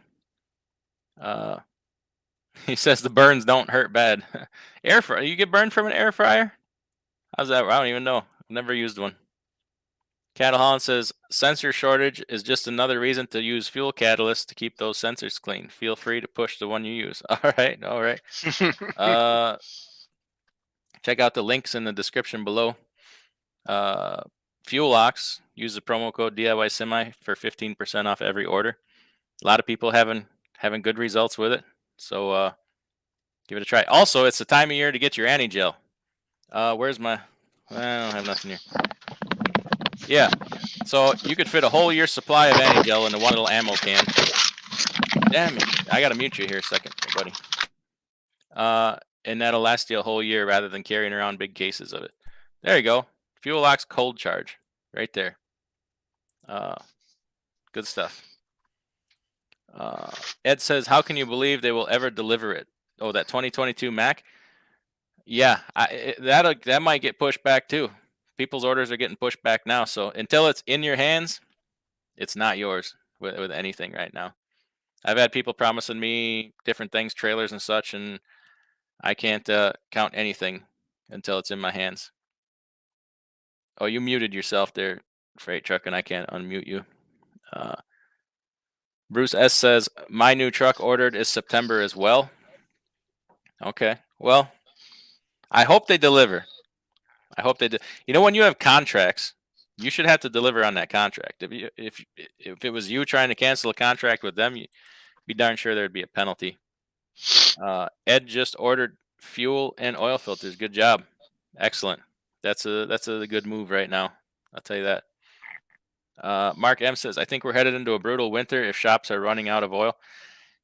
I've heard that. I've heard that both ways. Looking at the Farmer's Almanac, people are saying, oh, it's going to be very cold and a lot of snow this winter. And then I hear people just like 2 days ago saying it's going to be a mild winter. So I don't know what the truth is, but any shortages will make for a brutal winter. Yeah. Get a case of fuel filters now, because if you gel up, you're going to need some extra filters. All right. Skinny Peter says the tension between us is interesting. He's a pervert. Kiki, channel member. Thank you, Kiki. Says, can you do a short video on the proper way to log COVID exemption on an ELD, or can you just use paper logs for that for a truck requiring an ELD?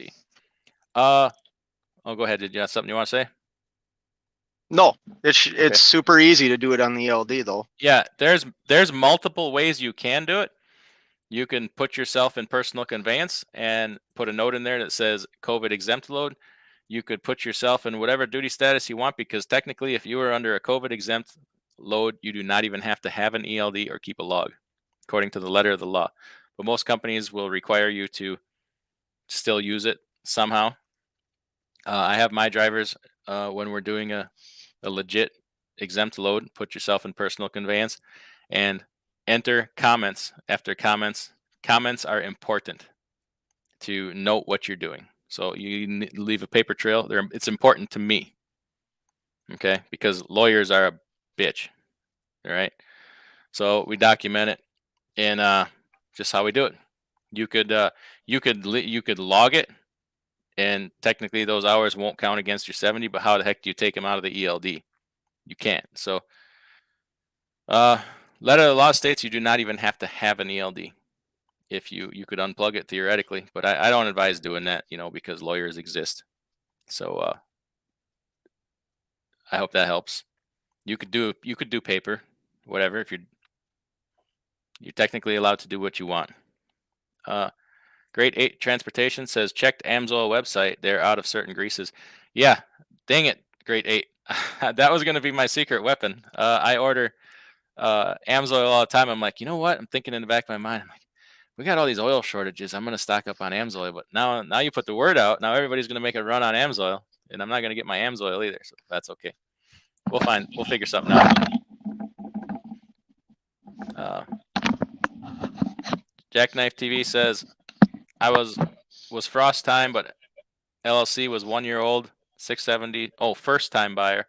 LLC was 1 year old, 670 score, and had 2 paid off cars. Okay, so you had a credit history there.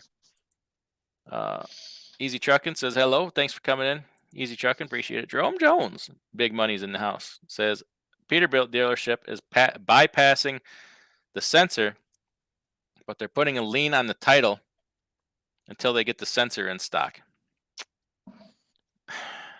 I don't know that that's legal.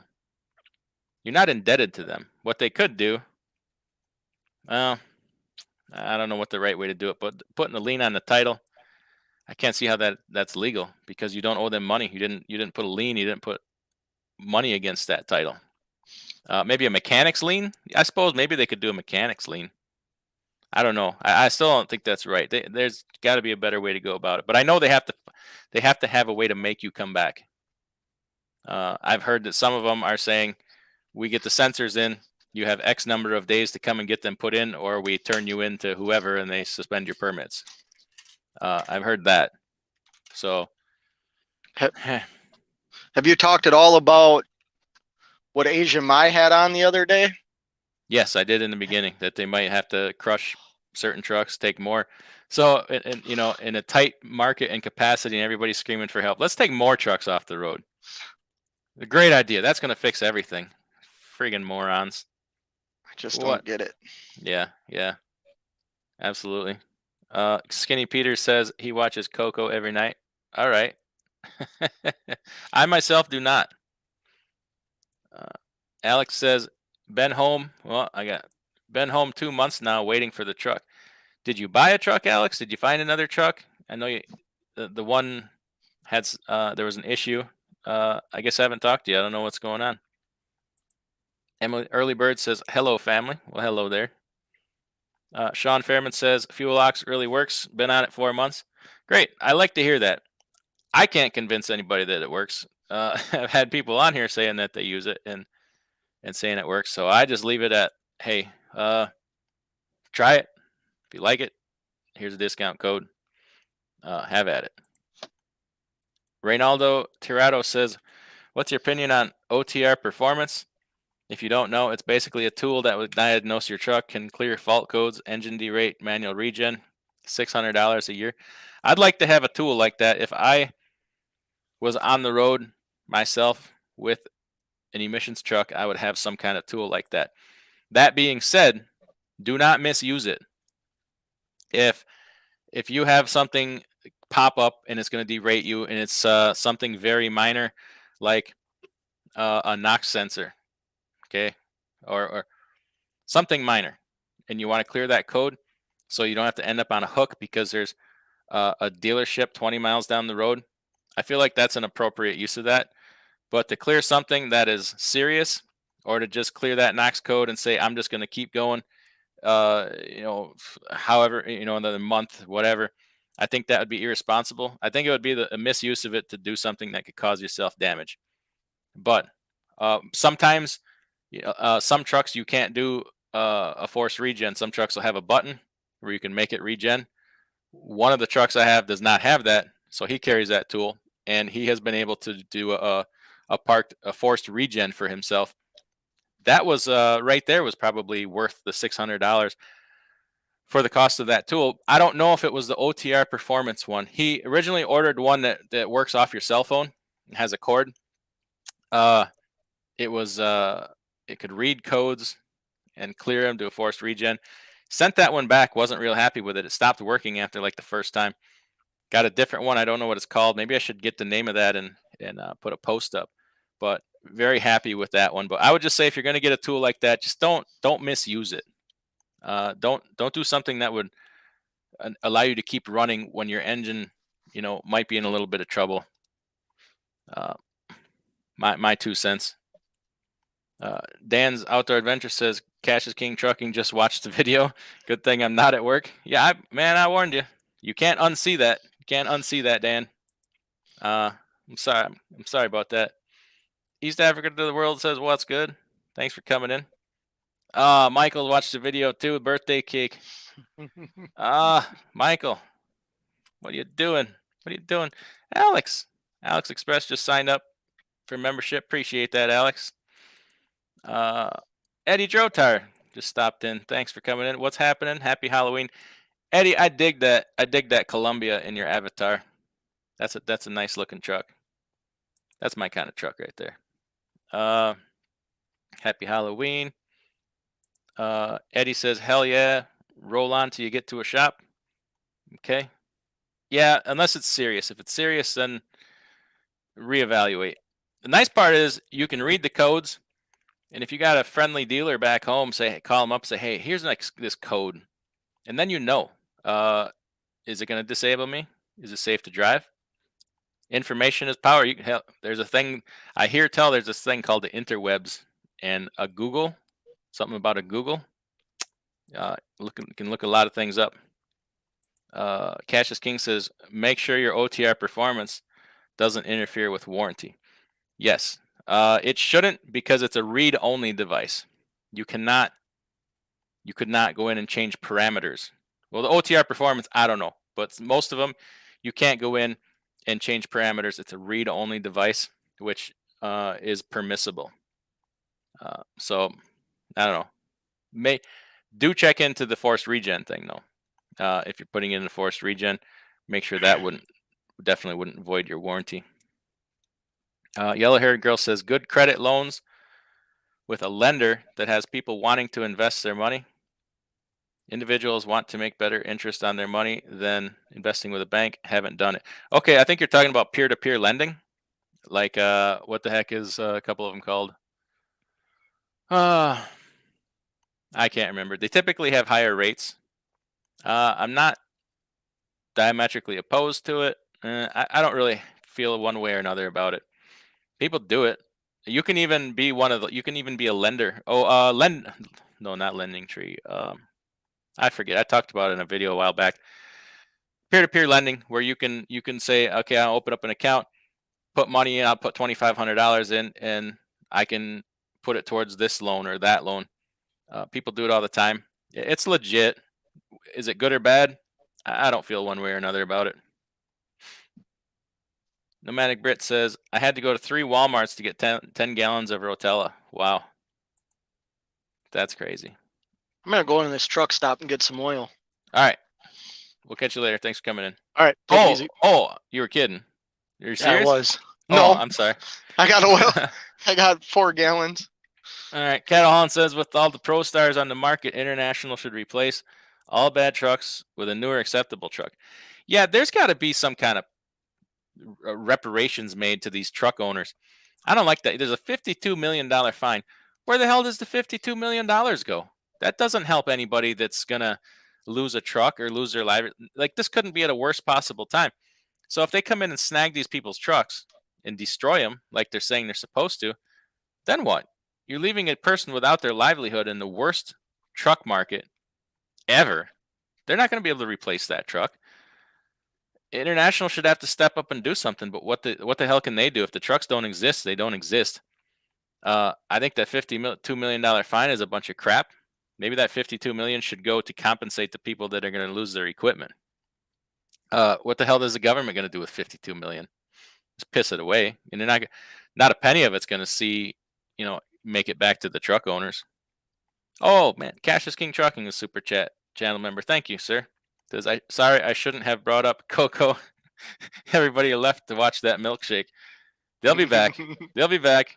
That that milkshake's gonna make them thirst for something non-birthday cake related. I'll tell you that. You're gonna need to cleanse the palate after that birthday cake. Michael Page says OTR performance can force regen and can reset after you clean DPF filter, so it registers as 0% ash. Okay, maybe that may be the one he bought. I can't remember because my memory sucks. Ed says if US runs out of mother oil, we're screwed. I'm gonna guess you meant motor oil. Mother oil, that might be a completely different substance. And I'm gonna go ahead and say we never run out of mother oil. I'm just teasing you. Come on. I know I'm a smartass. We're having fun. Lendingclub.com. There you go, Cash is King. Lendingclub.com. That's one of your peer-to-peer lending sites. People do it every day. Do they do truck loans? I don't know. Truck loans would be a riskier tier, so the interest rate's going to be higher. Do they do it? Maybe. Ronaldo says, thanks for the reply. I feel better about my purchase. Well, good. We like to make people feel good around here. Gary says, my oil looks lighter versus dark black from Fuel Ox. Okay. Especially after that first oil change, it should, But experiences will definitely vary. Who texted me? Oh, Benedetto Filippi. Oh, channel member. Thank you. Appreciate that. Says, hey man. New member here. What are your thoughts on Mack Volvo reliability for 2013 and up? I'm a new authority and looking for our first rig. Let me tell you. Let me tell you a little something. I'm going to call you Benny because that's a heck of a name for me to say every time. On no disrespect. I am just incompetent and illiterate. Benny, you've come to the right channel for thoughts on Mac. Bought how many? We got 5 Macs now. Pinnacles. 5 Mac Pinnacles in the fleet, and I talk a good deal about them. Go back some of the more recent videos, and we talk. Watch them. Go back like 4 months. Watch some of the videos. We talk a lot about the Macs and our experience. This guy here is driving one of them, Fate Trucking. Driving one of them. What do you want to say about that? About the Mack truck? Yeah, he wants to know about reliability. Tell him whatever you want to tell him about the Macs. I think they're great trucks. I honestly do, and that was not my mind before I bought this one. It was the furthest truck from my mind, to be honest with you. And then when I purchased this one, the reliability factor is huge. It starts, it runs good, it's got a ton of power, and it's built tough. Like, that sounds so cliche and lame, but it's the truth. Like, I don't feel like I'm driving a piece of plastic down the road. It's a tough truck, and it runs really well. Let me ask you this, because immediately, without fail, anytime we start talking about Macs, I'm not talking Volvos. Yeah, I get it. They're the same family. But first thing we always hear is the service network is lacking. It sucks. What has been your experience with service? Absolutely outstanding. Everywhere I've been. I mean, from the Midwest out to the East Coast, the service network is just great. And even in North Dakota, I was in the middle of nowhere, North Dakota, and found a Mac service shop, and they got me in same day, had me out a day later. Is that right? Yeah, I was there 2 days. When they were busy. When they were busy. I was a priority to them. Yeah, so the service network, okay, there's no denying that there is less dealerships, but they're popping up all over the place. Number one. Okay, so that can't be denied, but it is getting substantially better. But without exception, when I have had somebody roll into a dealer at Mac, they don't wait. They're on it like that. Like if somebody rolls up, I got check engine light. Oh, all our bays are full. Pull up to this bay over here. They'll come out and read it, clear the code if it can be, and you're on your way. Or had a guy roll in with bad knock sensor.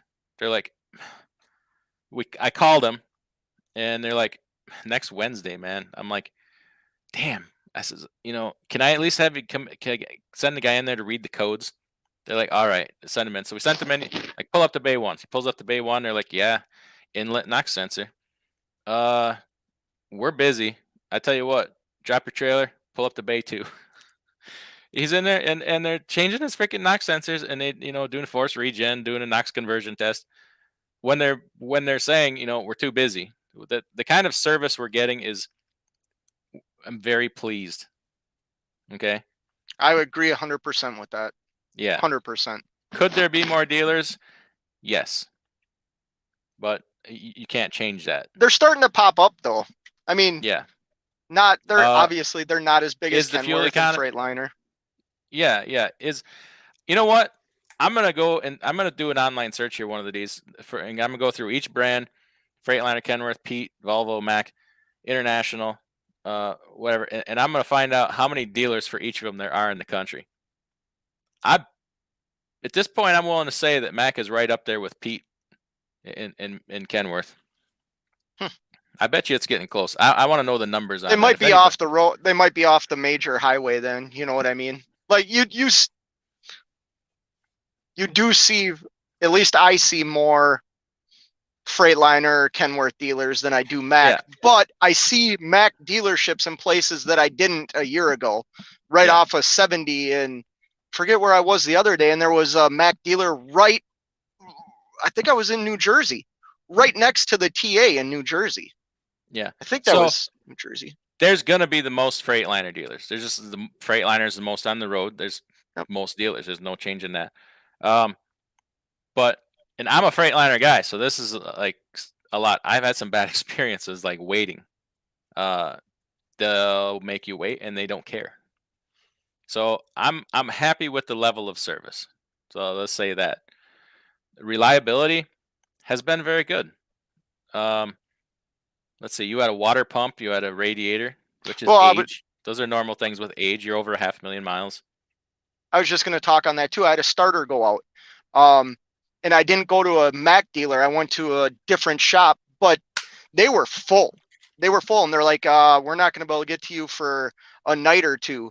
And the guy walked out to my truck, looked where the starter position was. So where like the components are in the motor and where my starter was, he's like, oh, I can get this changed out in a half hour. He's like, if you were in a Kenworth, he's like, we couldn't get to it today because of where the positioning of where the starter sits, like along the frame or something, it takes hours to get off. Mm-hmm. And he walked right out to my truck, looked at it, he's like, oh, pull into the bay right now. And they had me out of there in an hour. Yeah. So answer to Benny's question. We've added some Macs to the fleet. We're kind of chronicling how things go, the journeys, updates. I just bought another one a couple weeks ago. Haven't put it on the road yet. We're going to just kind of show everything and talk about everything with them. Why? Because I think they're underappreciated. Are they? I'm not sitting here telling you they're the best truck on the road because they're not. Like, they don't get as good a fuel economy as a Freightliner, Cascadia.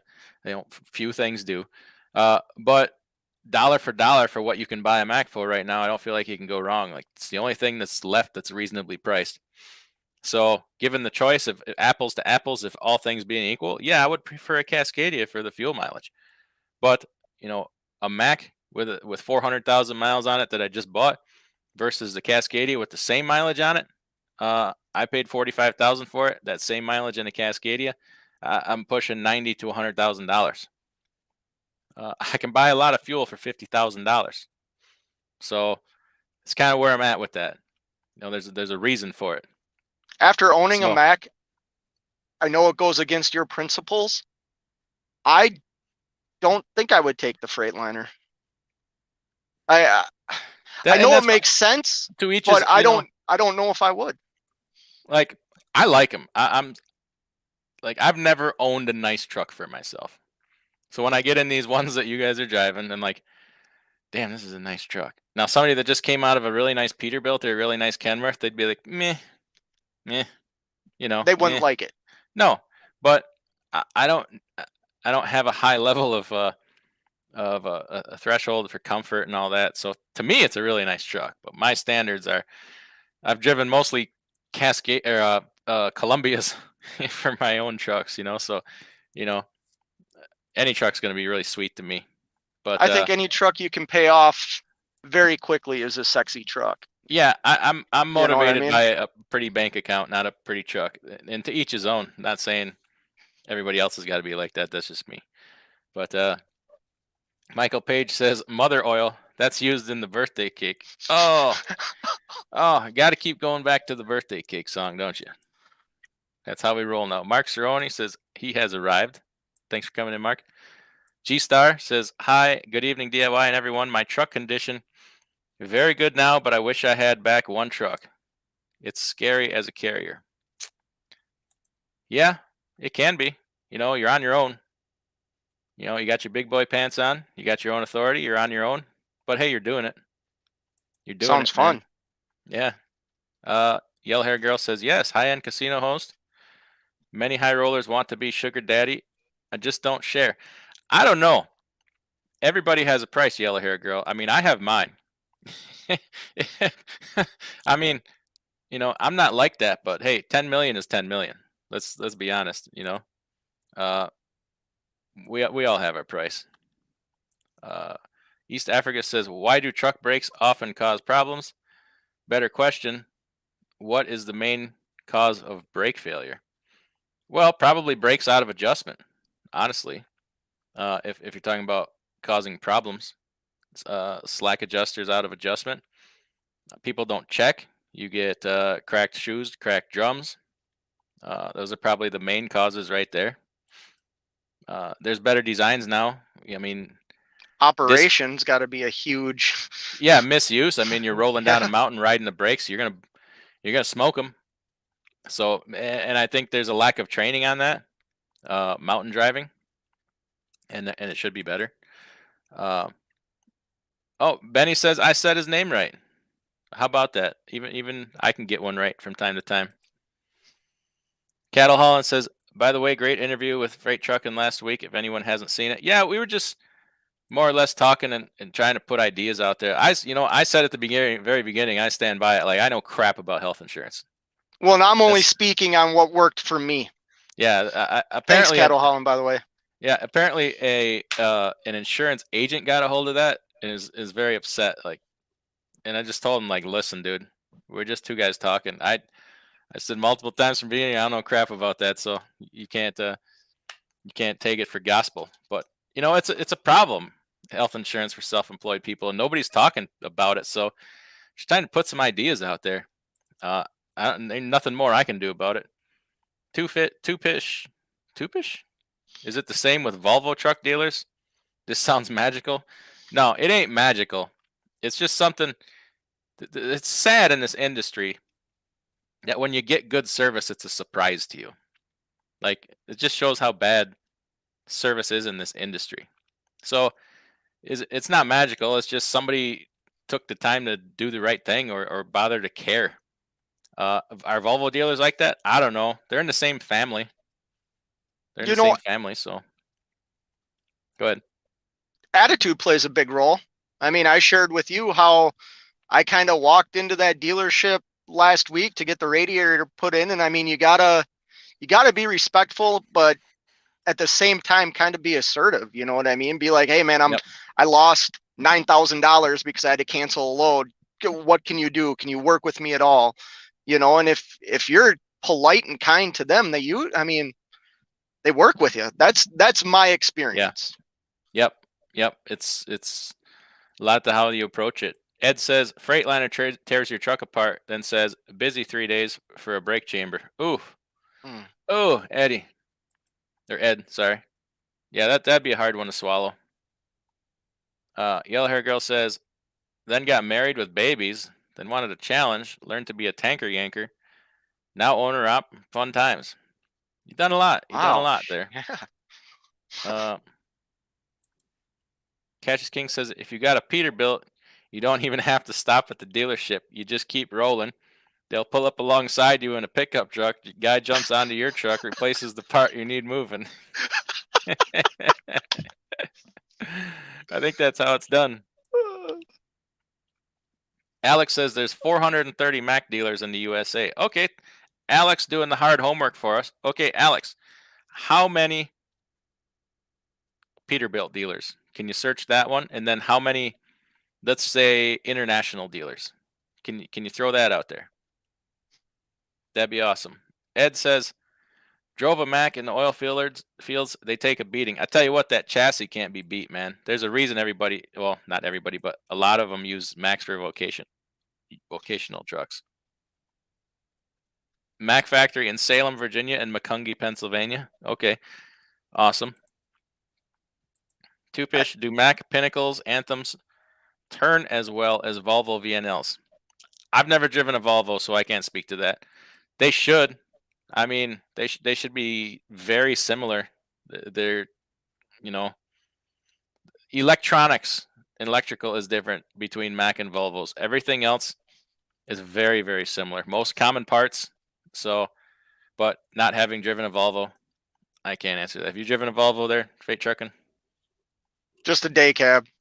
Okay. Long time ago. Okay. Jackknife TV says Max home is PA. There's tons on East Coast and Midwest. Plus, you got Volvo dealers too, and almost all dump trucks, etc., are Mac. Yes, you're absolutely right. You're absolutely right. Cash is back. Sorry, I was watching Coco again. That's another $10. Yeah, yeah. Benedito says, actually, your Mac videos got me to join. Oh, awesome. Well, thank you. We're just kind of putting the journey out there to let people know. It may be, for lack of a better term, it may be a very well kept secret in this industry. Not many people, maybe until the Anthem came along, I don't think a whole lot of people ever considered using a Mac for an over the road truck. They're mostly vocational. Yeah, there's downsides. You're never going to believe what I'm seeing here. I wonder if I can switch my camera. What are we looking at?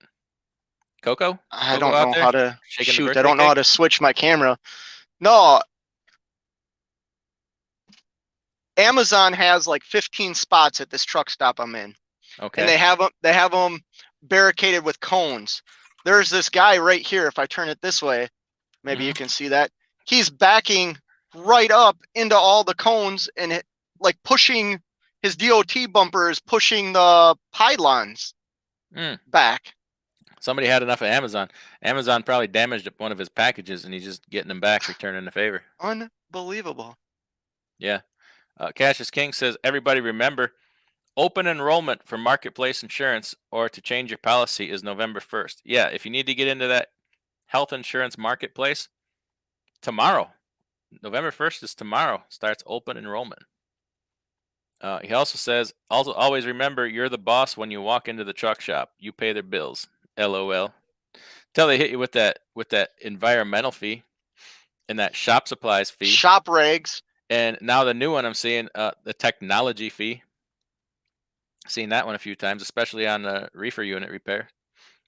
Oh, Jamie O stopped in, channel member. Appreciate that, Jamie. Thanks for coming in. Ooh, look at this. Look at this. I nailed it from the blind side. 380 North American Peterbilt dealers. So there's like 75 more. 50. So anytime, okay. Wow. Now I got some knowledge to drop whenever somebody hits me with that smackdown of not enough dealers. All right, how about a Peterbilt? You gonna buy a Peterbilt? 50 more Mac dealers than Peterbilt. Thank you there, Slot Trucking. Learn something new every day. Yeah, we got the best people, man. We got the best people. Oh, jeepers. Abdi Fatah? Did I nail it? Tell me, did I nail that name? Abdi Fatah? Thanks for sharing. I gotta know. Gotta know if I got that right. Paul Chapa Sr., a world-class dealer network with more than 430 locations means your trucks are never far from the quality care and maintenance you expect when you buy a Volvo. All right. Now I got to know. All right, we can't finish this until we know how many Kenworth, how many international International. dealers. What else we got? Freightliner. We all know there's got to be more than them. So, but we should know the number anyway. What else we got out there? Am I missing something? Am I missing anything?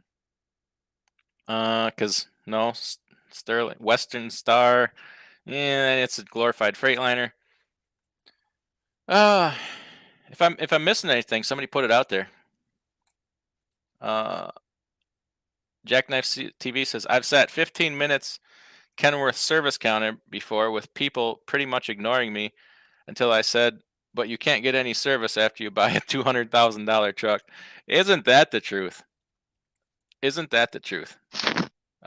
Jay True stopping in. Thanks for coming in. Appreciate that. Says, how's it going? It's going. We're doing it. We're doing it. We're trying to find out how many dealers are in each network for every truck manufacturer. Greg Thean says, has anyone used Medishare for health insurance? You know what? Shame on me. I meant to talk about that in our interview. The health sharing accounts like Medishare, Liberty Health, and what's the other one called? Anyway, they're faith-based organizations. They meet the minimum requirements for Obamacare to where they're not true insurance. It's a cost sharing plan you join with like-minded people, like it would be through a church. It's like a pool. Anytime somebody has a bill, it gets funded by other members. Okay, so those meet the requirements too. It's better than nothing. Some of them are probably really good. I don't know all the details on them, but if I was looking, I would definitely look into something that too. I'd want to know what the limits are. Is that similar to like what the Amish do? Yes. The Amish kind of do that, right? Yes. But you pay a monthly premium. It's way less than traditional health insurance. Not looked into it a great deal, but we forgot to talk about that. I should really find somebody who knows what the hell they're talking about with health insurance and have them on. But the problem is, I don't really want to be tied to them, and I hate that whole line, so I don't really want to promote. So I guess if it's somebody that can help, what's the harm? But I don't want to build somebody's insurance business because there's a lot of junk in insurance too. So how do you separate and differentiate? The greatest help. The greatest help. How do I phrase this? The greatest help is like self-research. Yeah. If you always rely on somebody else, yeah, you really never fully understand something. I really should go out and learn some of that, but I just can't be bothered. Cut it. Hey, if the amount of time I spend on that is less time I can be watching that birthday cake video. I'll be honest with you.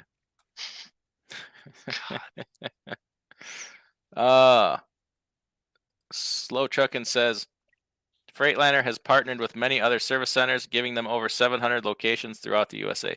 Okay, so Freightliner, 700 service centers. I'm gonna go ahead. We got to cut out TA and Petro. We're gonna call them non-service centers because anything I've ever had fixed at a TA or Petro, I've had to have it refixed when I get home. And anymore, you show up there and they're like, 4 days maybe. There's 17 people standing behind a counter, texting each other and showing each other their cell phones, but there's nobody that can work on a damn truck with 4 open bays. It just drive me nuts anymore. Oh, they drive me nuts. You mean your pulley's not supposed to fall off your water pump after you get it replaced there? Oh yeah, I forgot about that. That's not supposed to happen? No, you don't want that to happen. It's not something we look for. J True says, any suggestions on a quick way to prime Detroit 60 series fuel system? You got your filters full, number one, and you got your Davco full. I'm not a fan of using ether. That's not a good way to do it, but you should be able to crank that baby, get her started. Do you have a primer plunger on there at all? My truck does not have a primer plunger. I've looked everywhere and it does not have one. So the best thing I can do is fill them filters all the way up and just crank her. I mean, don't just sit there and hammer on it. Give it a break now and then so you don't burn up your starter. But if you got a primer plunger, definitely use that. Mark M says get a lottery ticket. All right, not a bad idea anyway. That's funny. You know what? I won $10 tonight on the ponies while I was doing my laundry. Oh, jeepers. The rich get richer. The rich get richer. Oh, I nailed another name. Abdi Fatah says, "Yup." Damn, we're on it tonight. Robert says, "I PM'd my 2 trucks this week myself and saved $720 compared to having one done at the dealer." Well, good for you, and you probably did a better job. Let's face it, you probably did a better job. Have you ever stood there and watched them grease things? Stood there and watched a mechanic at Speedco one time greasing a U joint, and he's just standing there with it up in there, and the Zerk isn't taking grease, and he's just filling up that freaking U joint. You could have stuck your hand in there and scooped that grease out, but I guarantee you he didn't get an ounce of it in the U joint. And it was my truck, and I was kind of upset because he was doing everything but paying attention to what he was doing. He's yelling at his coworkers, texting his girlfriend. So I pulled the manager. I said, "Look, dude, you got to go look at that because it kind of is bothering me." So he straightened him out. But that's the quality of work you get. That's one of the most exciting things of this journey of mine of being an owner operator is learning how to work on the truck. Just simple things. I absolutely love learning about this truck. Simple things are what matter. You got, you leave the big ticket items to somebody else. Like, if you're not somebody who overhauls trucks all the time, it's probably best left to somebody who does. Find an old diesel wrench that's been doing it for 30 years. He's gonna do a really good job. Maybe he can stand there and he can teach you. But changing fuel filters and stuff like that, like everybody needs to know how to do that if you own a truck. You can't pay somebody $200 to come out and change a fuel filter too many times because you're in cold weather. Here we go. Oh, we win again. Kenworth now has more than 400 dealer locations in the United States. And Canada. And Canada. So we got between two countries. We got Peterbilt and Kenworth beat. Okay, so I'm feeling good about my prediction. 700 Freightliners in the United States. Okay, we're not gonna beat them. We're not gonna beat them. Bernie says we can use Volvo and Mack dealers. Yes, we absolutely can. Dale Mandelt says, "What up, DIY? Thanks for coming in." Mark says, "Robert Burns, good job. If you got a comfortable spot to do it and have electric grease gun, what do you do with the old oil? I throw the gallons behind AutoZone at night." You don't have to do that. They'll take them. Some Walmarts will even take it. My local landfill, if you bring it in jugs, they have a disposal site there. They recycle it. There's recycling all over the place now. And yeah, definitely, if you're going to do that kind of stuff yourself, definitely be responsible. Like, don't just dump it on the ground. That's kind of a crap bag move. The county I live in has that, like a recycling place. Chris says 720 international dealers. No kidding. I find that hard to believe. How do they have more service or locations than Freightliner? Now, international, I mean, are they including like agricultural equipment too? Or is that just truck? That's hard to believe that they have more than Freightliner. Can we verify what that includes? Because we can't be counting farm equipment. Cattle Hauling says, "Is it possible some of those Mack dealerships are combined at a Volvo dealership? I've seen them both at the same place." I would say it is. Probably. Yeah, I wouldn't doubt it. But that's okay because a lot of your Kenworth and Peterbilt parts are going to be interchangeable too. I mean, you got some PACCAR components there. I'd be okay with that. That's still a strong number. I mean, that's a way stronger number when somebody says, "Yeah, but the service network sucks." I'm like, 430 dealerships. I can't really say that sucks. That's way more than I expected, and it's way closer to the competition than I would have ever thought. Robert Burns says, "Bought some shocks at Napa because Freightliner was too busy to answer their phone." Oh my gosh. Those Napa shocks are expensive though. I'll tell you that. You know who has a good deal? Last time I needed shocks, you know who had a good deal on shocks? Fleet Pride, but not in the store. Fleet Pride online. I got a way better price ordering it off their website. Actually, it was their Amazon store. It was a Fleet Pride's Amazon, not Amazon. I take that back. eBay. It was Fleet Pride's eBay store. It was called like Truck and Trailer or something like that. I can't remember. Way better price than in the store. Mark M says, we've mentioned that the Mac and Volvo mechanics work on everything except connecting to the ECU. They keep the electrical side separate within the shop. Yeah. So if you take your Mac to a Volvo dealer with like an electronics problem, like a ECM or something that needs to be read through the ECM, they won't touch it. I don't know why they haven't. They've pretty much combined everything else. I don't know why they haven't like combined that part too, but maybe it was part of the agreement. I don't know. I wonder if that's changing. Because when I was just at that dealership in Fargo, he was showing me, the salesman I was talking to, was showing me paperwork on like the new electronic steering that the Anthems and everything have, but they were out of the brochures. So he was showing it to me out of the Volvo brochures, and he's like, it's identical. Yeah, I mean, I don't know if they work together now or not. I'm just saying, like, I wonder. Right. Were they also a are. Volvo dealer? Yeah, Volvo Mac dealer. Oh well, then they can, because they're Volvo Mac, so they could do either or at that particular place. Cattle hauling uses Medishare, $2.99 a month for the wife and I. Okay, that's a pretty good price. Do you have to be part of the church though? Everybody has their own requirements, so you might have to prove. Most of them are faith-based organizations, so you might have to show your membership of a church in good standing, or you might have to. You're probably going to be held to some kind of standard. I think they can all make their own rules. Eddie says, do you think of using diesel force cleaning along with your additive?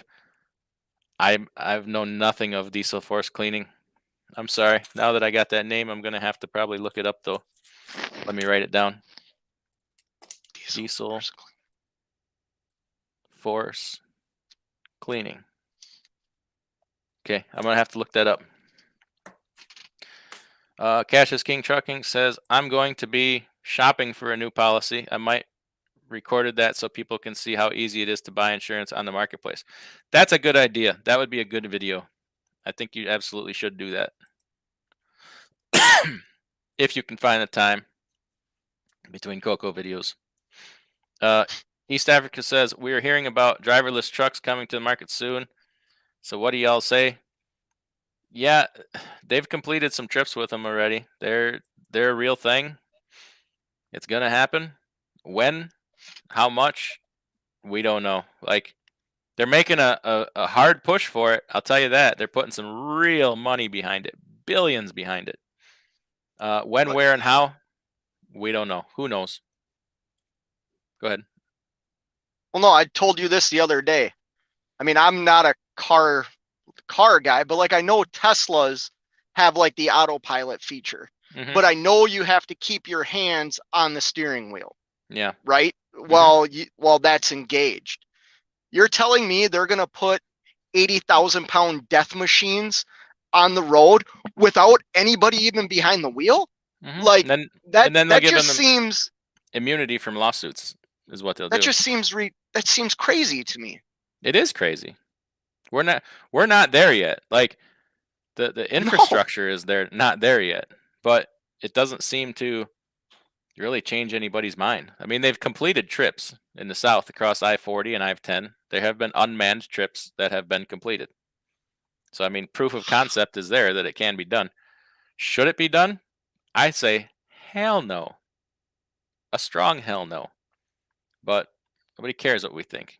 I think to do it the right way, the safe way, we're years away from it. Like, years.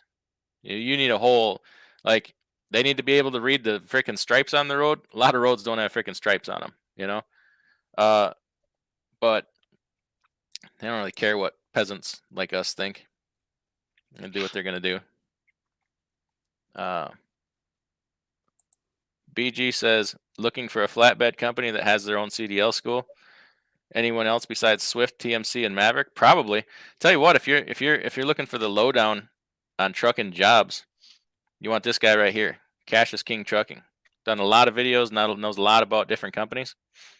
Uh, I know nothing about that. I'm kind of in my own little world here.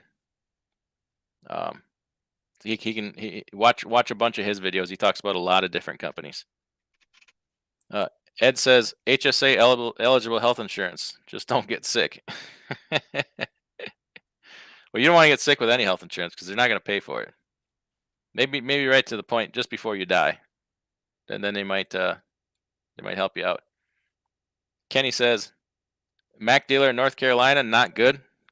Got my truck Tuesday. The power outlet stopped working. Truck still not fixed. Well, damn it.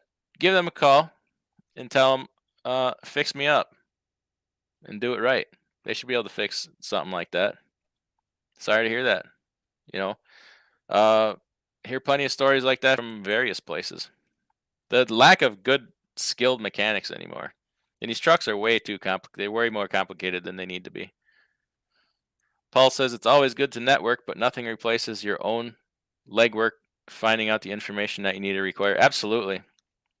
Because especially with health insurance, let's be honest, it's a very personalized thing. Like what is good for me will not be good for you, and vice versa.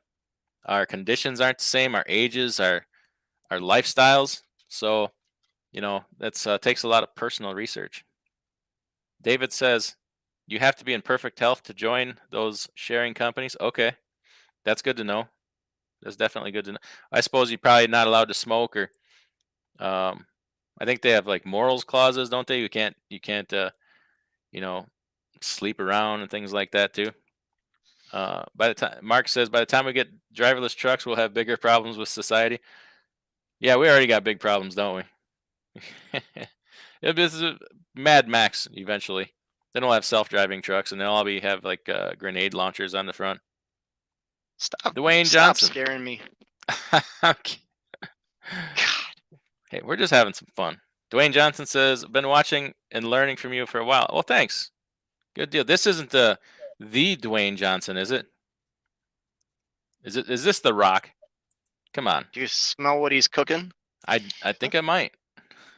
Robert Burns says, Mark, I work on the trucks outside.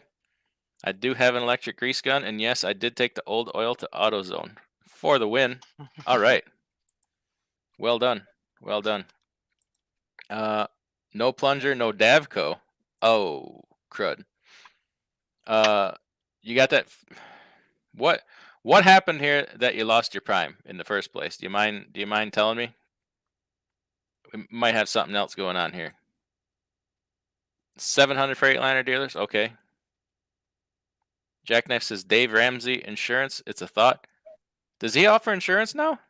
I haven't listened to Dave Ramsey in years. I got tired of the sell your car. Sell your car. You got a car you can't afford. Sell your car. They might be right every time, but it's just it's like the same thing with Dr. Laura. I had to stop listening to Dr. Laura years ago. It's just repetitive. Mark says my Series 60 has a Davco but doesn't have spin-on filters or a primer. Okay. Huh. Yeah, I got the same thing. Mine has a Davco but no spin-on fuel filters or a primer. Eddie says putting in new batteries tomorrow morning. Okay. Oh, you're making some noise there. Sorry. Mark says it has 2 oil filters though, so that's good at least. Yeah, mine's the same way. Ed says Cummins dealerships. Yeah, that's the thing too. Engine. So, Cummins. You got Peterbilt. You can go International. You can go Kenworth. Even Freightliner now. So you got some commonalities there. But how often do they blame? Well, engine manufacturer says it's the chassis. Chassis says it's the engine. That's a game you can get caught up a lot in a warranty situation. Is them deciding who's going to warranty it, Cummins or Freightliner. So that's kind of a nice feature about the Freightliner with the Detroit engine. You don't have to fight the warranty battle back and forth. But with Mac, Volvo dealer, this is the same engine, MP8, same engine as the uh, doggone it, D15, D13, MP8. So Mhm. all the same parts, same water pump, same starter, same, all that. Jackknife says PACCAR and DD15, park your vent tubes, and then add a little bit of air into one tank. You got to be careful about pressurizing it with air, though. You got to do that very carefully. Um, People do that. I'm not gonna suggest it because I don't want to be responsible if something goes wrong. But yeah, I've seen people. If you got a, let me get rid of that. If you have a compressor, they will pressurize one of the fuel tanks to force air up into there. Um, you're then dealing with a pressurized. Uh, Supposedly that can ignite. I don't know. Can it or can't it? I'm not a scientist, but I am a person that doesn't want somebody to do something wrong and blame it on me. Ron says loves. Okay, tell me what about loves? I'm behind here, so you might have been talking about like a service center.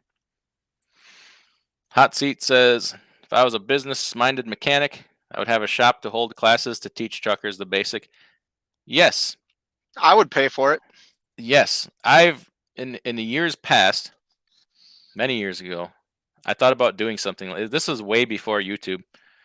I got involved with somebody that was going to help me. We were going to start making videos about doing basic repairs, like changing tires, wheel seals, this and that. And then they kind of stole my idea and kind of ran with it. So I just said, screw it. I'm not going to do it. They didn't. They failed anyway, so it doesn't even matter. It never made it to market. So maybe it was better that way. I didn't have anything tied up into it. uh, but I would pay. A lot of people would pay. Go to a weekend class where they teach you how to do, change your belts, change whatever. I think that would be a great thing. But you would need to have a shop. You'd need to be have some kind of insurance on that. All kinds of things. Cassius King says, Loves and Speedco shops are now official international shops. Okay, I did not know that. Well, that explains the 720 dealerships, something like that. Okay. Sneaky B says, got to be accurate with statistics for comparison. And earlier mentioned for Peterbilt was for North America, which of course includes Canada. Okay. Okay. So I wonder, okay, so for North America, U.S. and Canada, I wonder where we're at with like Mac or Kenworth dealers. Maybe we can look at that, or let's just see how many Peterbilt dealers are in the continental United States. Let's see if we can somebody can find that, because he's right. We should do apples to apples. But also this is YouTube, and I'm an idiot with a microphone, so I can just make things up. Kelly's Kitchen says, make sure everyone hits the like button. I appreciate that. Thank you. Yellow Hair Girl says, that sounds terrible, but $1 million gamblers are pigs.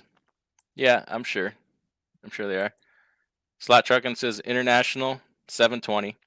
Freightliner, 417. Well, now we were hearing Freightliner was 700, so. Okay, Mac, 396. Western Star, 338. Volvo, 334. Kenworth, 396. Peterbilt. These got to be old statistics.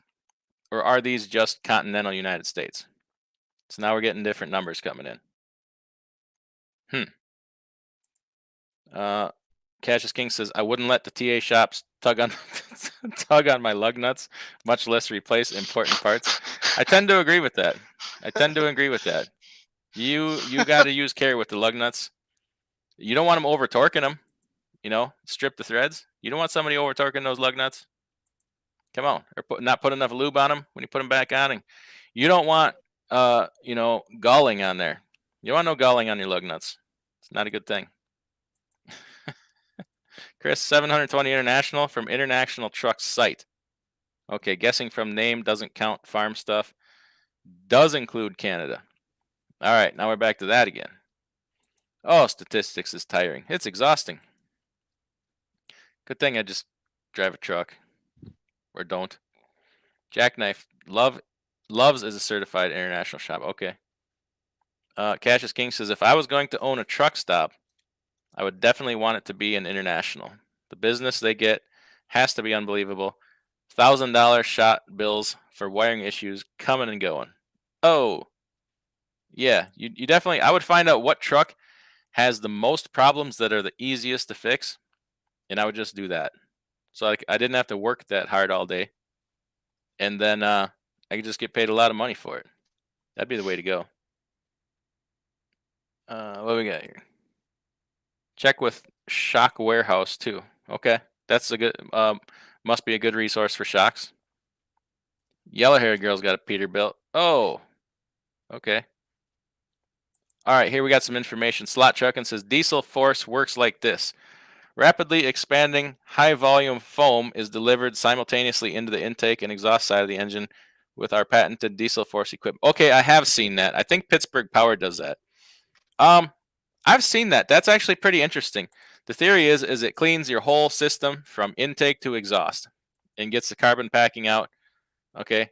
I don't really know what happens to the foam that you can't get out. Does it just kind of melt down and you burn it off? My concern about that, I guess, is knocking off chunks of carbon packing. But if it dissolves it, if it truly does dissolve it completely, that wouldn't be an issue. But something you don't want to do is knock off a chunk of hardened carbon packing and knock it in and have it get caught in a valve or something. You could do some damage there. But, if you're starting with a very clean system and then you're using something, whatever product you're using, like a catalyst or whatever, to keep it clean, I mean, I think there's really no better route you can go than that. Honestly, I don't know if there's anything on the market that would probably produce those same results. I have seen, what they claim with the diesel force thing. I didn't know the name of it, but it looks like they get some crud out, man. It looks like it's clean when it's done. I have not seen like a whole engine torn down or anything, but just some cameras stuck up in there and see what's what. It's pretty interesting. I wouldn't rule it out. I've not heard of anybody having a bad experience with it. Just what I've seen. What's that stuff called? It's diesel force. It looks like somebody shooting a can of like a Ready Whip. It comes out like styrofoam or Ready Whip, and it pushes it through your system. And the theory is it cleans all the carbon buildup from all your components. I don't know who else does it. I know Pittsburgh Power was pushing it for a while. I'm sure they have probably some kind of network around the country, but I haven't really looked into it. Harleen says, "How you doing with that reefer so far?" The one I did the videos on that I bought, it's doing good. I replaced, put an alternator in it, and what else did I replace on it so far? The coolant reservoir cracked. Other than that, she's been great. Been great with that new floor in it. That new floor, I tell you what, if you're looking at putting a new floor in a reefer, plan on adding about 900 pounds, give or take. That made that trailer heavy. I don't know that I would do it again, but I tell you what, that floor is strong as hell. It's basically got a double floor in it now. Ain't nothing hurting that floor. Is that the trailer I hauled Yeah. for a while? Yeah. 500. Yep. It's a good trailer. Yeah, it's been a good trailer. It's got a new running gear underneath it. That's all good. And that 2100A unit, liking that. Cool's good. It's quiet. Jackknife TV says Blue Cross Blue Shield off the marketplace, $430 a month. That's a pretty good price. So it's such a mystery to me how one person's can be $430 a month, and then somebody else is telling me they're paying $1,800 a month. I understand conditions and all that, but it's not just that though. They supposedly passed laws to fix all that, and then we're still stuck with all this crap. That's just irritating. There's different tiers. Yeah, there is. There is. What are your thoughts on higher mileage trucks? What would you look for? I'm not opposed to higher mileage trucks. The newer emissions trucks with higher mileage scare me a little bit because they have so many electronics on them. It's different if you've owned a truck from like 200,000-300,000 miles, and you're the one that's run it up to 800,000 miles. I look at that way differently than like if you're looking for a truck and you're walking into a truck with 800,000 miles. You don't know what that truck's been through, how it was taken care of. Uh, you don't know a lot about that truck, and there can be a lot of problems. So, but an older truck like a something pre-emissions, 800,000 miles don't scare me much. Uh, you're looking at a lot of wear and tear items, around that mileage. Where did you say 500? Like 650? 500 doesn't really scare me at all. But it's 800,000. You're starting to look at wear and tear items. Radiators, depending on how it was cared for, like kingpins, possibly, if it was neglected, rear ends. But those things don't really bother me because it's not like you replace a set of rear ends, you should be good for a long time. It's not like you're replacing rear ends all the time. At least you shouldn't be. But like higher mileage trucks with all the electronics, they worry me a little bit because you can chase problems and there's a lot of electronics, so there's a lot that can go wrong. That's just my personal opinion. But if you raised it up from young, that's way different in my opinion. Cash is King Trucking says the new GMC Sierra has hands-free driving. Your hands do not have to be on the wheel while it's moving. Isn't that just backing up though? I don't know, but damn, I don't know that I could That's ever bring so myself to be in a crazy. vehicle and not like somebody be driving it. Call me paranoid, but dang, I don't know that I could ever adjust to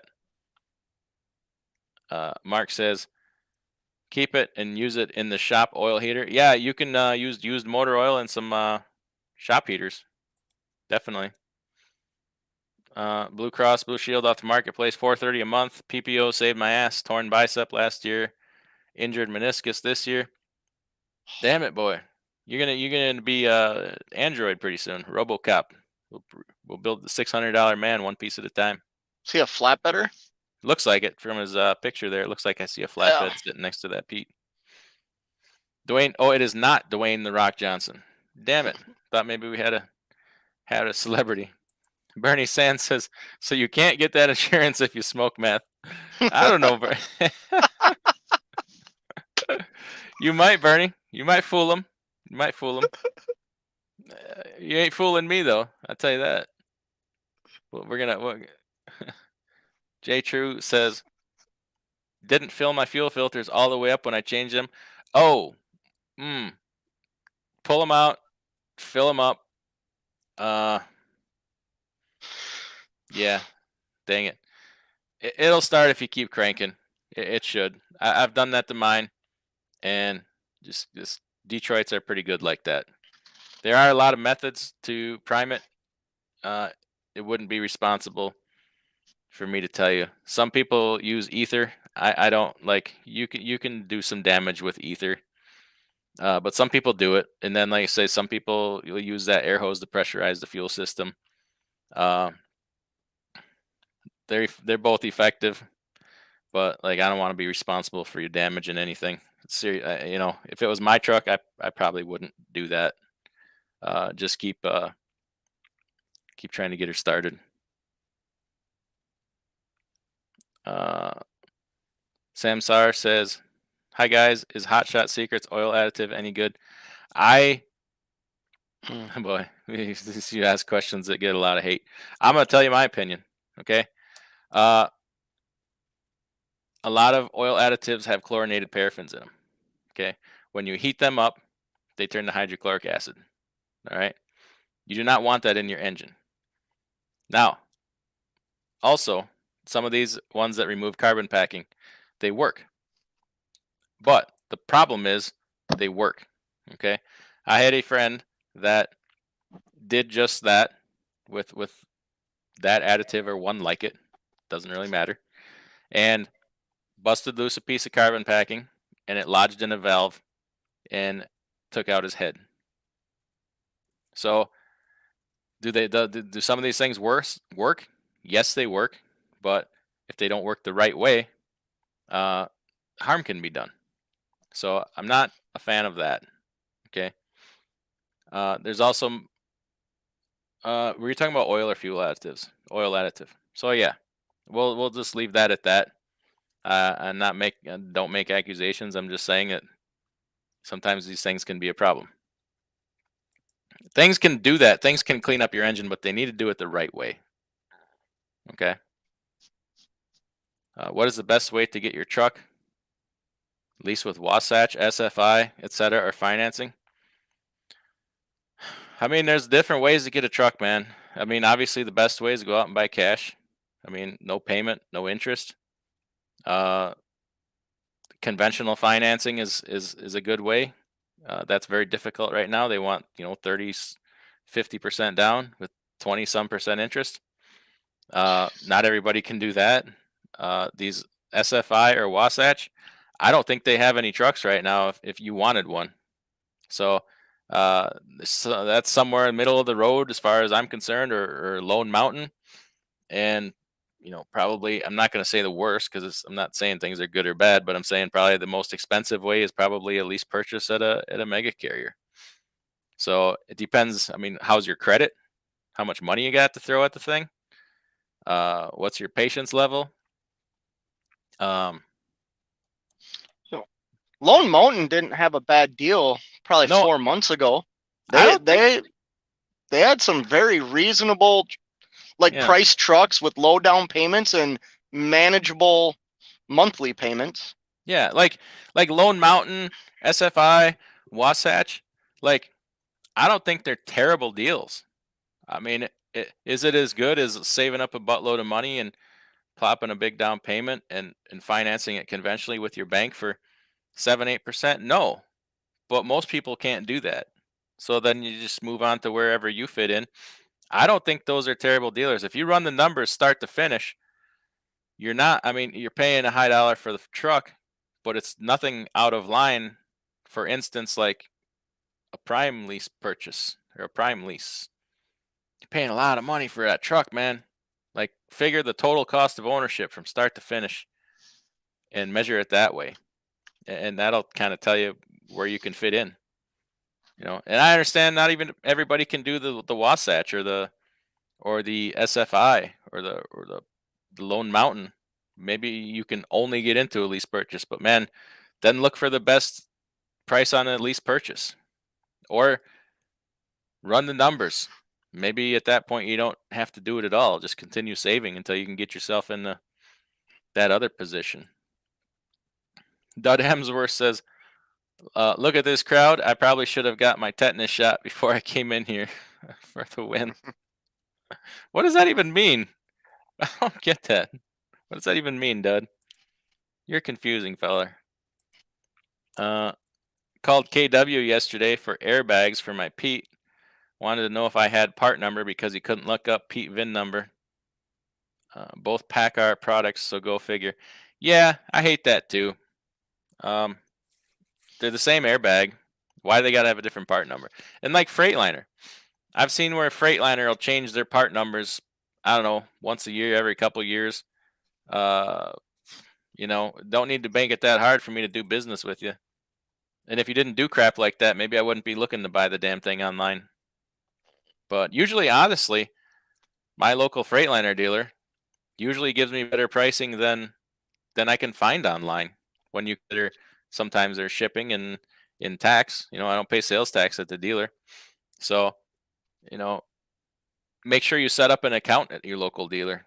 See if you and ask for preferred pricing. They're not going to just give it to you because you walked in. Say, hey, I buy a lot of stuff here. I'm local. Can I get some kind of preferred pricing? They probably will give you something. They probably will. Uh, Dwayne Johnson says, we're just going to call you The Rock from now on because I like that. The Rock says, been a company driver for 15 years. Just got my authority. I don't know what truck to buy. Please help.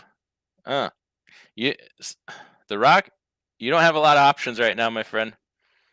You're probably going to have to just shop around and see what you can find because there is not a heck of a lot out there. Sadly. Paul Harris says, hail to the chief. Well, thank you, sir. We're just sitting in, from the big boy chair in the White House. Trailer Mechanic says, buy a 99 Volvo with a Cummins or a Detroit. Boy, wouldn't that be great. Those are great trucks. But they are not easy to find. I'm gonna tell you that right now. At least I don't see them. Jamie O says, Kelly, have a good recipe for whoopie pies.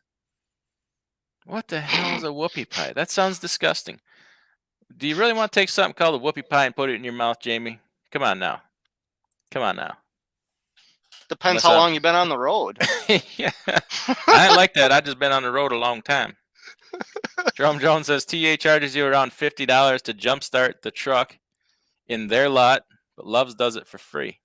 Really? I didn't know Love's does free jump starts. That's a bargain. Jamie O, I do. Keto version, of course. Hopefully you mean the dessert. I hope so too, because I don't know.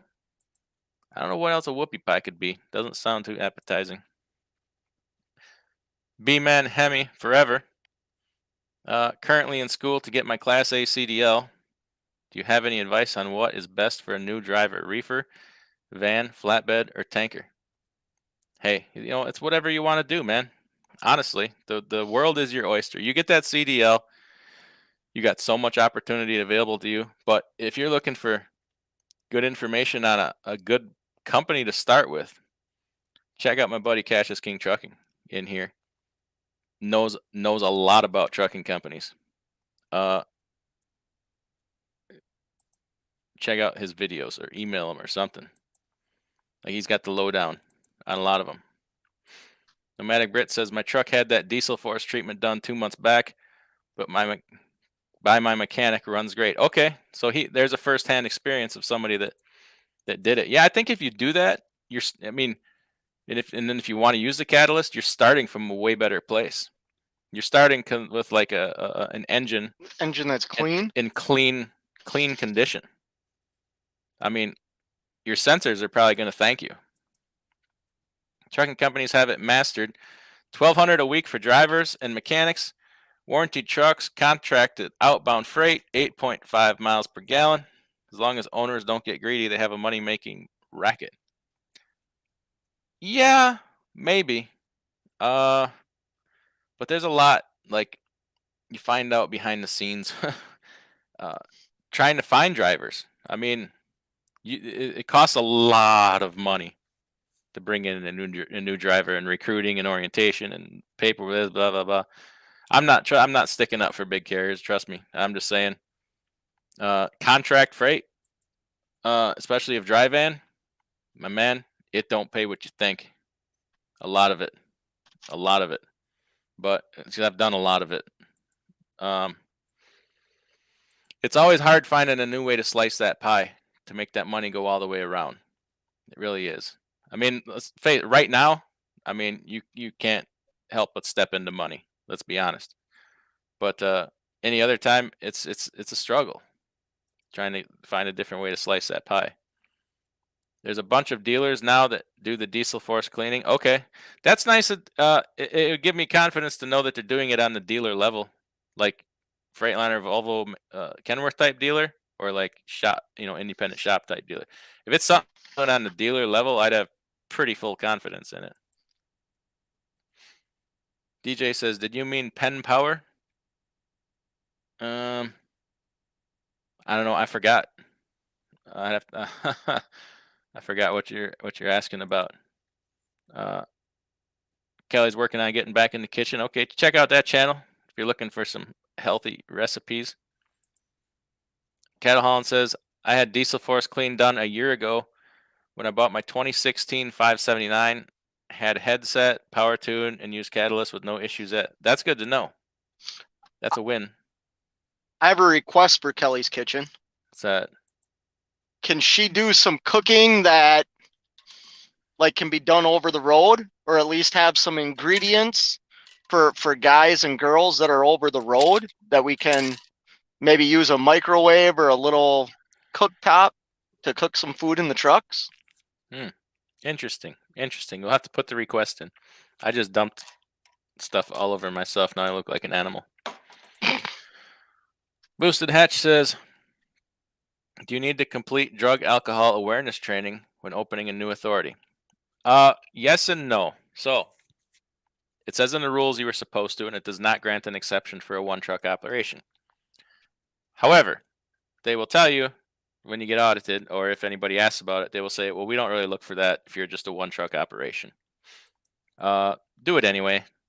Cover your bases. You know why? Because lawyers exist. So it's cheap and easy. Just I think JJ Keller has a program for a couple bucks. Otherwise, get with your drug testing consortium and ask them if they have any training materials. Just do it. And you know what else? It looks really good when you have your new entrant audit that you did it. So my advice would be to do it. Plus, you never know. Someday you might add on trucks and forget to do it. So have them set you up with their drug and alcohol training, and you need to have a policy, a drug and alcohol policy in writing that has to be given to everybody that you hire. Paul Harris says, I just recovered a load from a 22 Cascadia having transmission issues. It was in Connecticut, needed to be towed to New York for repairs. Company didn't want to pay for 2 tow trucks. I don't blame them. Tow trucks are expensive. Expensive. Cassius King says, Bernie Sands, I would not bring up meth use during insurance sign up. All right. Probably want to leave out that intravenous drug use also. They might frown upon that. Eddie says, yes, cattle hauling. I'm using the max mileage catalyst, and next move is to get the diesel forest clean done. Trying to get my truck to ground zero when it comes to carbon. That's a good place to be. It's a good place to be. Carbon packing sucks. Cash says, I had an old Ford dump truck that had valve stem like a car tire to bleed the air out of the fuel system. Interesting. Go Ford, huh? Trailer Mechanic says, treat additives like the Vax. Sounds great on paper, but not worth using. I wouldn't write off everything as general statements. No, I would just say that. Until, I don't like to talk about any particular thing unless I've tried it and used it.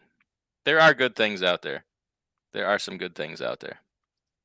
I use a fuel additive that's made a huge difference. Well, and I use the additive in almost every part of my truck, and it's made a huge difference.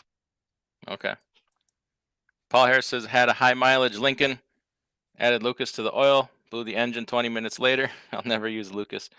I myself do not have a high opinion of it. I've done some testing with the product and had some evidence that it did more damage than good. But they have a very, very loyal following. So I don't get involved in that. Some things everybody needs to find out for themselves. When the hell is this market gonna go back to reasonable at least? Freaking Brandon killing us. You mean like the truck market or freight rates or what? What do you mean? Like everything? Cause we got a ways to go, my man. It's only 2021. So hang in there for that ride. It's gonna be a wild ride. Mark Cerrone says health insurance is largely based on income. Yeah, and I hate that. Like I friggin' hate that part of it. That should have nothing to do with it. Have you ever heard of Red and Tacky? It's my version of the birthday cake video. I have not heard of that video. Dan says, now if my Shiba Inu would just hit $1, I could pay cash for a new truck. Oh, you're on that Shiba Inu. Oh, no, say it ain't so. Michael Page says, Prime is not bad. People getting the wrong idea because it's only a 3-year term instead of a 5-year or more that most will try to get at a dealer. Total for Prime is about 180K to 195K. Total brand new, 0 credit. Michael, we're gonna have to disagree. Listen. I ain't mad at you. Like here, okay. Here's what I'm gonna do because, like, I do not want you to think I'm beating up on you. I'm gonna put a link in the chat. If you want to come in, you're more than welcome to. I will have a very respectful conversation with you about this. We can compare numbers, and I'll tell you what. We'll compare with this numbers with this guy right here on the screen. and I will prove to you that it is not a great deal. Okay, I will present you with a much better deal. And here's what drives me nuts about the trucking industry. Gosh dang, I spilled water all over myself like a freaking animal. Sorry about that. Uh, as a small carrier, and I'm not promoting myself. I'm not looking for anybody right now. I'm not looking for anything. I'm just saying what it is. I can put my deal out there, which when you run the numbers is a great deal. And then I can put a deal out there like the deal that me and you just did, Scott, okay? It was a good deal. I'll say it. I'm proud of it. I'm very happy it worked out. I'm very happy it went the way it did. I could put that deal out there and right next to it put the prime deal, which when you look at the numbers is no friggin' brainer. But 99 out of 100 people will still pick that deal because the security blanket. Like they know, okay, it's a big carrier. Like I don't have to do anything really but drive the truck. They're going to set me up with somebody to take care of my taxes, take care of this. That was warranty. I can buy everything I need from Prime. Like I really don't have to have that much for responsibilities. Let's compare paychecks. Like if you ever wanted to sit down with somebody like Mike, and I'm not beating up on you, Mike. Trust me. Like you may not know any different. You may have never been presented with a different alternative or a better alternative. But I'm telling you, I see a lot of settlements from people from Prime. Like you should, for the work you are doing, for the risk you are taking, for the payments you are making, you should be bringing home minimum double of what you are. I've done it with 2 prime drivers, and I'm not knocking them either, but we literally sat down, had a cup of coffee, and I showed them my pay stubs. They showed me theirs. I explained what truck I had, what my truck payment was at the time. They told me what trucks they had and what their truck payments were at the time. They're driving new trucks. I'm not. The amount of money that they did not receive, I was shocked. And they were comfortable with it. And as I'm sitting there showing them, this is what you're really worth. You're doing the showing same work. them my paycheck. You're doing the same work. And Michael, I'm not mad at it. Trust me. I say this because I freaking care about you, man. I really do. Like you may not have seen the other side of it. You may have never seen any different. Okay? I'm just asking you to open your mind a little bit and everything. And God help you, I'm not beating up on you. Please, I hope it doesn't sound like that. But I'm telling you, there's more out there than what you're getting there. Trust me. So don't be afraid to open up and look at some other things. It's all like you're doing the same work as a lot of other people and settling for a lot less. I will say that. So I'd be happy to talk to you about it sometime. I say these things because I want to see everybody do better. Like literally. I hate seeing people getting, and I don't, for lack of a better word, taken advantage of or shortchanged or whatever. If you go in my channel info from way back, I haven't changed it since I started the damn channel. It's to empower people to do better and to make a change in the industry. And I shortchanged myself because I do believe that. So that's where I'm coming from when I say these things. But I can leave it at that. There is better ways to do things. Is it perfect? No, nothing's perfect. Does somebody have a better deal than me? Absolutely. But there's also a lot of places that have enormous resources and don't put them to good use. What more can I say?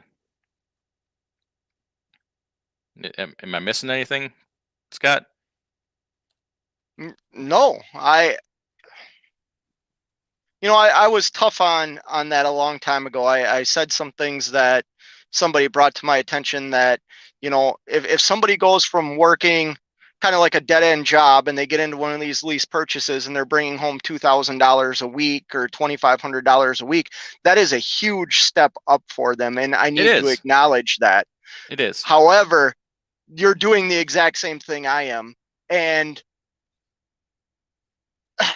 I wouldn't be happy with that. And that probably sounds crazy, but I mean, I would not be happy with that. Yeah. For Uh, and is it fair that I can make 3 times the amount of that doing the exact same job as you are? mhm. And yeah, you're driving a 2020 new truck or a 2022 new truck. Is it really worth losing $4,000 or $5,000 a Well, month? I'd even set aside truck payment or cost of truck, and even measure it just by everything else, the deductions and the amount of things you're paying for. Um, but you I'm know not told what tires to put on my truck. I'm not told. you wouldn't listen to anyway, would you? Anyway, I'm just and I pick on Prime because they're the ones that kind of get my goat a little bit because of some of the things that they do. They go to the government and say, we have a driver shortage. We have a terrible driver shortage. Well, no, when your turnover is 300% a year, you don't have a driver shortage. You got a terrible mismanagement. Maybe you should go through and fire all your management and start doing things differently so you didn't have a 300% driver turnover or whatever the hell it is. So that just the things just make me crazy sometimes. And say that name because it's the one in my head, and there's plenty of them that do it. There's all kinds of them that do it. Well, how real can we get on here? I mean, Yeah, we'll just leave it at that for now. Doesn't. Abdi Fatah says he got a 2018 Volvo yesterday from Arrow with 560,000 miles on it. If you don't mind, Abdi, what did that cost you? If you don't mind saying. Is that Whoopie Pie from The Color Purple? Paul, come on. I got to sleep at some point tonight, man. No, I've never heard of is it a Whoopie Pie or a Hoopie Pie or what? I've never heard of that. I have no idea what it is. Pardon my naivete. Cassius King says, my opinion to new drivers would be to do a dry van. It's simpler and you get more miles, and that's what you want when you're getting started. That's good advice. Good advice. He doesn't worry too much about self-driving trucks. Just wonder what I'm going to spend my $1,000 a month universal basic income on. I might buy you a bag of rice someday. Have you ever heard of Quick Trip working with owner-operator hauling backhauls to the DC? I did, Hot Seat, and I bid on some of that, and I didn't get it Quick about a Trip year the ago. store? Yeah, they have a distribution center. They were looking for carriers for backhaul freight, and I bid on some of it, and I didn't. Obviously, it was unsuccessful. Is there DC in La Crosse, Wisconsin? Yeah, it's over that way. Yes, I have heard of that. That's a great company, man. They do a lot of things right. They treat their employees well, from what I understand. I know a few people that work there. They're very happy. Eddie says, get to know your local dealer parts guy. They will give you good deals. Yeah, and show your face. You know, get to know them. Make them remember you. Which carriers have the best maintenance program that actually adhere to it? I don't know. It's how would we know if they do or don't? I tell you what, I bought a truck from Schneider, a used Schneider truck. Not impressed with their maintenance. I'll tell you that right now. Penn Power versus Pittsburgh Power. I don't know. I've never done business. Well, I got a reefer work done one time at Penn Power, but never done business with Pittsburgh Power. Don't like that man that runs it. I find him to be arrogant. Walmart has the best maintenance program, and they're strict with it. Yeah, that's a good one that people a lot of times forget about is Walmart. They're a good company to a work good for fleet. too. Yeah, it For used trucking. to be. I know a couple guys who've gone there and they absolutely hate it. Really? Micromanaged to death. I know what that Good feels maintenance like. program though. Kelly's Kitchen says that's funny. She's going to start a series called Meals on 18 Wheels. That'd be a good one. Sweet. That'd be good. We'll promote that. Kazlin says he would start with flatbed, move up to oversized and overdimensional. Much money to be made. Yeah, you're absolutely right. You don't forget about that all the time. I forget about that oversize. Kazlin says, what mileage do they typically flip their trucks at for Walmart? I don't really know. Used to see a lot of them in the truck paper. I don't see so many of them anymore. Um, oh, lip gloss laxative, $5 super chat. Appreciate it. That's a hell of a name. Trucking community. Thank you. Great addition to the trucking community. Thank you. Thank you. Thanks for the interesting name. That's funny. Gus says works good for passenger cars. Okay. Nomadic Fritz says I used the Lucas cleaner for injectors, put in a fuel tank, and within 30 minutes I blew 2 injectors. What do I use? I use the Fuel Ox, but it's in the description if you're interested, or there's videos on it on my channel. Damn, 2 injectors. You got to wonder, is that directly related or coincidence? I don't know. That's it's not a good result though. What's a good pay for a company driver? Boy, that's a hot topic, isn't it? Depends on who you work for. There's a lot of 1099 companies now. There's, still the W2 companies.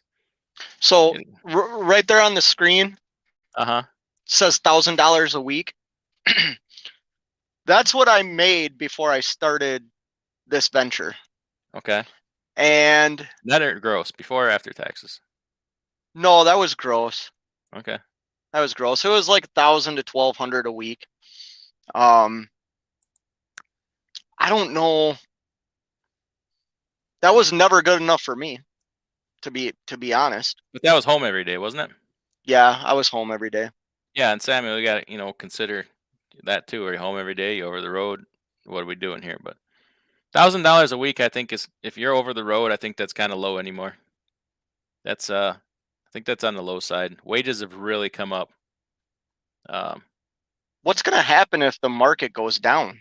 The same thing that happened last year. You'll see a lot of trucking companies go away. And it'll probably start with these ones that pay 70, 80 cents a mile. Because you try to cut pay, everybody will just quit. So then what do you got? You got nothing. Depends on your experience level. Yeah, I agree. Cassius King says, in my opinion, the Prime Inc. deal is horrible, but they got thousands of trucks and it's easy to get into, so people sign up by the hundreds. It's part of it. It's just kind of like I was saying, like, still might be more money than some people made before, but they make a lot of money leasing trucks. I'll say that they make a lot of money that they're paying the truck for the big company. Yes, I agree with that. Caslin says I got 2,000 to 2,500 a week when I was at Prime. Okay, I think that's low. If I'm being honest, and I'm not picking on you, but I think that's extremely low. I think you should be at least double that.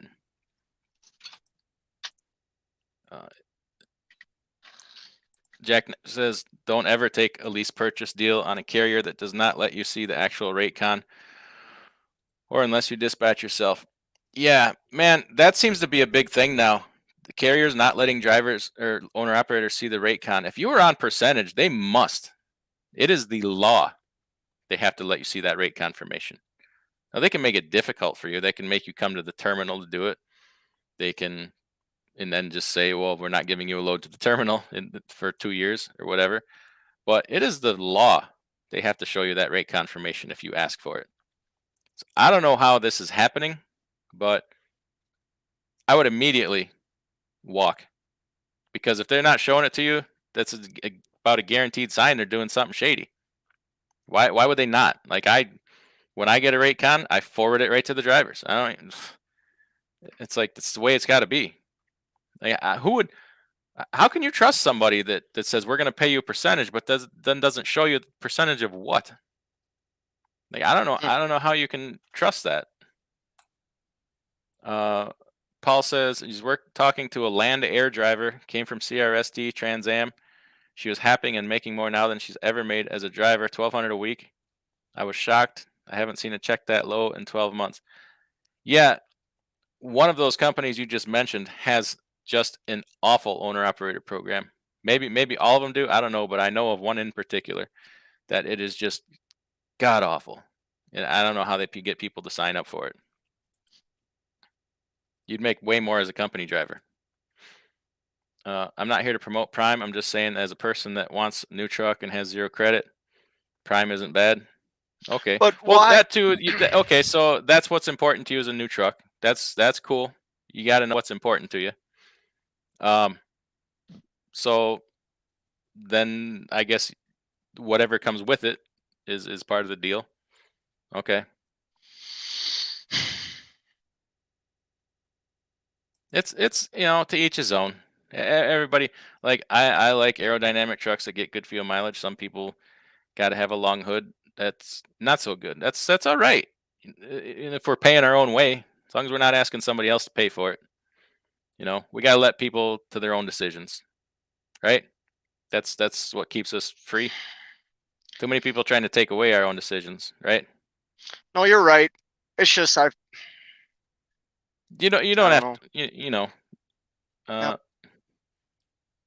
uh, Jose says all those guys that lease with the option to buy, that's all they're doing, buy an all truck, fix it and go. Okay. Yeah, that's a lot of people doing that now, buying older trucks. Um, it'll teach you a skill set. You'll learn how to wrench on things. That's a good skill set, man. Not a lot of people know how to fix things anymore. Doggone it. Now the chat jumped on me again. Let's find it again. Okay, here we are.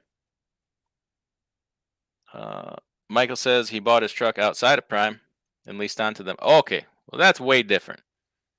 We were talking about, or maybe I made the assumption, but I could have swore that you said you're doing the lease purchase with Prime. But I assume that. See what happens then? I clear 3,500 a week after everything. I've taken close to 20 weeks off this year for various things. It's not all bad. Okay, I That's if I'm completely being different, honest, though. if I'm being honest, I still think that money's low, but that's okay. If you're happy with it, that's not a bad living. You can make good living like that. I'm proud of you for buying that truck outside of Prime. Really am, honestly. It says I'm in a different boat than a regular lease guy. I'm looking for a company to lease onto that I can see and use the load boards. I know there's more out there. Okay, so okay, then we're not Yeah. far off Yep. being on a similar page. I get you. I get you. I'm proud of you for not getting the truck through them. Can That we was a talk about that that real was a quick? great decision. Yeah, go ahead. No, just about look and see and looking at the load board and stuff like that. Hmm. Which I do quite a bit of that. Um, I will also say though, it's so nice to have somebody that looks at it when I'm driving and finds better freight than what I might think is a good load. You know what I mean? I really appreciate the availability that you have to find freight while I'm actually driving the truck. Well, that's my You know what I job. mean? Yeah, I that's know. that's like No, my it's job. just, but you and I just last week, you found a load for me when I thought you found a load for me that was, $1,100 more than what I was seeing on the load board at the time when I was looking at the load board. You know what I How, mean? how about a little taste of that? How about a little kickback? I think I gave you $10 today, didn't I? You did. Thank you. Alonzo Turner says, really appreciate you guys. Genuine talk. Thank you. Thanks for participating, really. Abdi Fatah says, 93,000 for that truck. Added an NTP warranty for 400,000 miles, 12,000 bucks. So does that bring it to 105, or is that including? Uh, oh, wow. I think that, what did he say? It was a truck with 500,000 miles on it. Was that right? In 18? Man, trucks are crazy right now. Crazy high. Jamie O says, I don't know what I'm missing.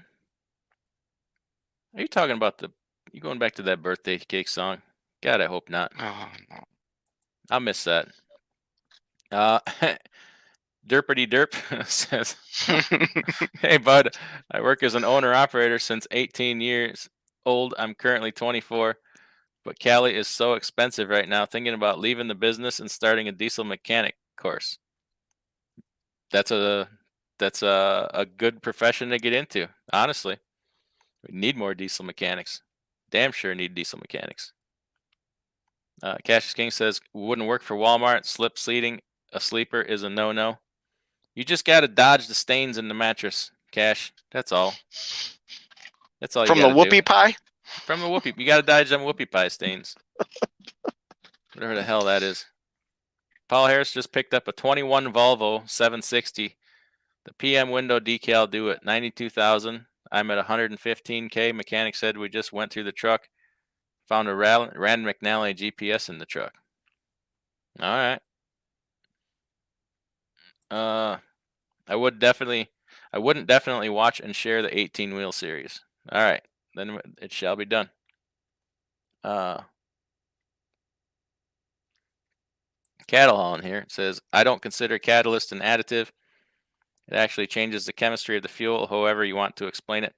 Yeah, I'm not the best guy to explain it. I'm not a chemist.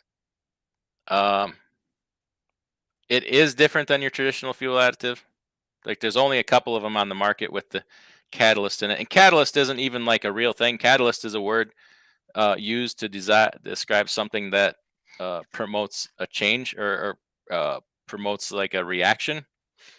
But there's only a couple additives on the market with that in there. So to compare like max mileage and fuel ox to something like Lucas fuel additive or Hot Shot Secret or uh, the power service, it's not the same. It's not the same. So try it for yourself. That's all I got. That's all I can say. And if you're gonna try it, use the description below. Use that promo code. Save yourself some money. It's time. You got to get that anti-gel for the winter, man. It's time to get anti-gel anyway. Try it out. Caslin says 2,000 to 2,500 at Prime was take home of what was left after all my bills were paid. Okay, I ain't arguing with you. I ain't mad at you. We just disagree. I still think that's low. But I'm coming from a totally different perspective. Once again, gotta remember we don't know where they came from either, though. Yeah, that could be good. complete life-changing money. We're sitting here and having a disagreement about it when, like, why should we be balking at $2,500 a week take home? That's great money. I mean, it's over $100,000 a year. So it's tick tacky. I guess I gotta lighten up a little bit. I need to have a couple. You know what? I don't have a kegerator. That's the problem. No, but you got any Crown left? Don't even start with me.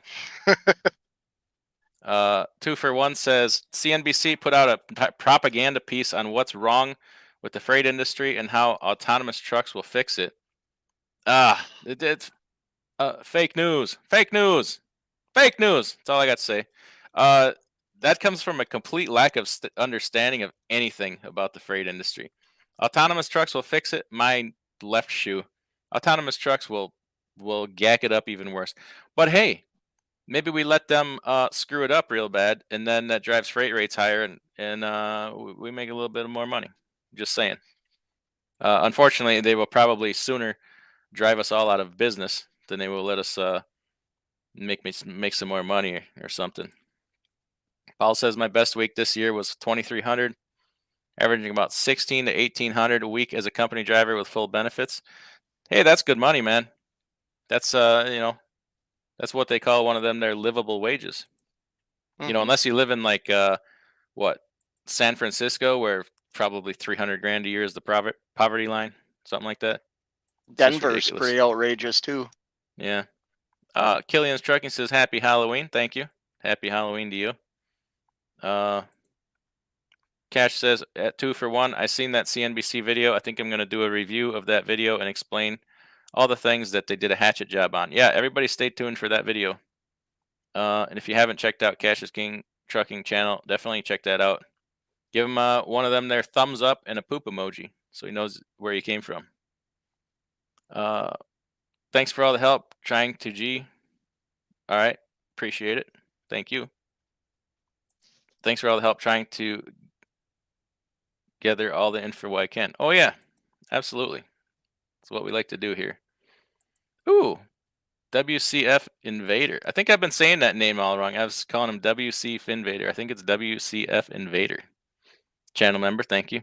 Depends on the headache the job entails. Local LTL pays between 65, 75 cents a mile, grossing around 2,000 a week. I'm quitting LTL because of the headaches working with management. Yeah, that kind of work around me pays like $23 an hour. So I wouldn't necessarily want to do local LTL on mileage pay. That might suck. That might suck bad. Yellow-haired girl said, I've been told to do that Pittsburgh power cleaning, but I was leery last time I had my engine washed at the Blue Beacon. Hydro paste replaced 3 sensors. LOL, my hug doesn't seem to be clean. You got a dirty hug? I know that's a typo. It's funny. Just from our conversations back and forth, you might have bigger problems than worrying about that power clean. It sounds like you got some problems to solve with that truck. And what you really need to do, and I know it's easier said than done, is find a dealer you can lean on, trust. It sounds like those dealers you've been going to are really turning the screws to you. And I'm really sorry to hear that. Abdi says yes. Okay, so that must be 100 or 93,000 total for the truck. B-Man, you know what? You could. I didn't know the World Series was even going on. No idea. That's the kind of cocoon that world I live in. Michael says my wife can look while I'm driving, or someone like DIY would be good. Not all owners are as good as DIY. Hey, I'm nothing special, dude.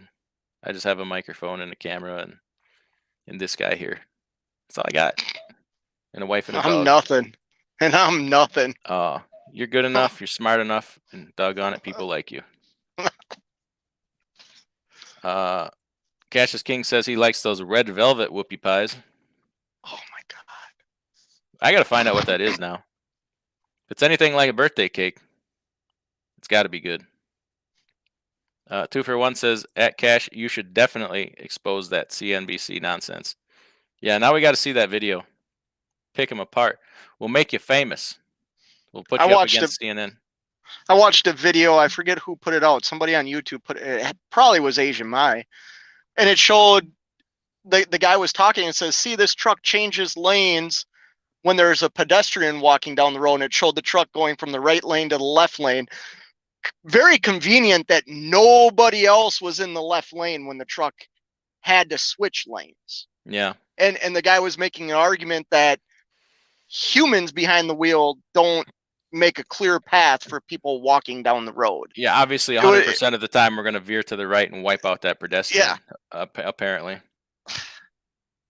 It's so biased. It's just nonsense. Oh, it's nonsense. Yeah. But people buy it. They eat it up. They love it. Cassius King, thank you. $10 super chat. Appreciate it. I'm listening to you on my phone, but I'm watching Coco on the TV in low def. Definitely don't put that in high def, my friend. Oh, make sure it's on the big screen, though. Michael Page says the net is lower than what you guys make, but very high for most mega carriers. Yeah, from word on the street, that's a pretty good net for a mega carrier. A lot of them I see here. I hear a lot of guys coming out around that 1,500 to 2,000 range net a week, and I'm just thinking, if you own a truck, you should be above that. Bernie says.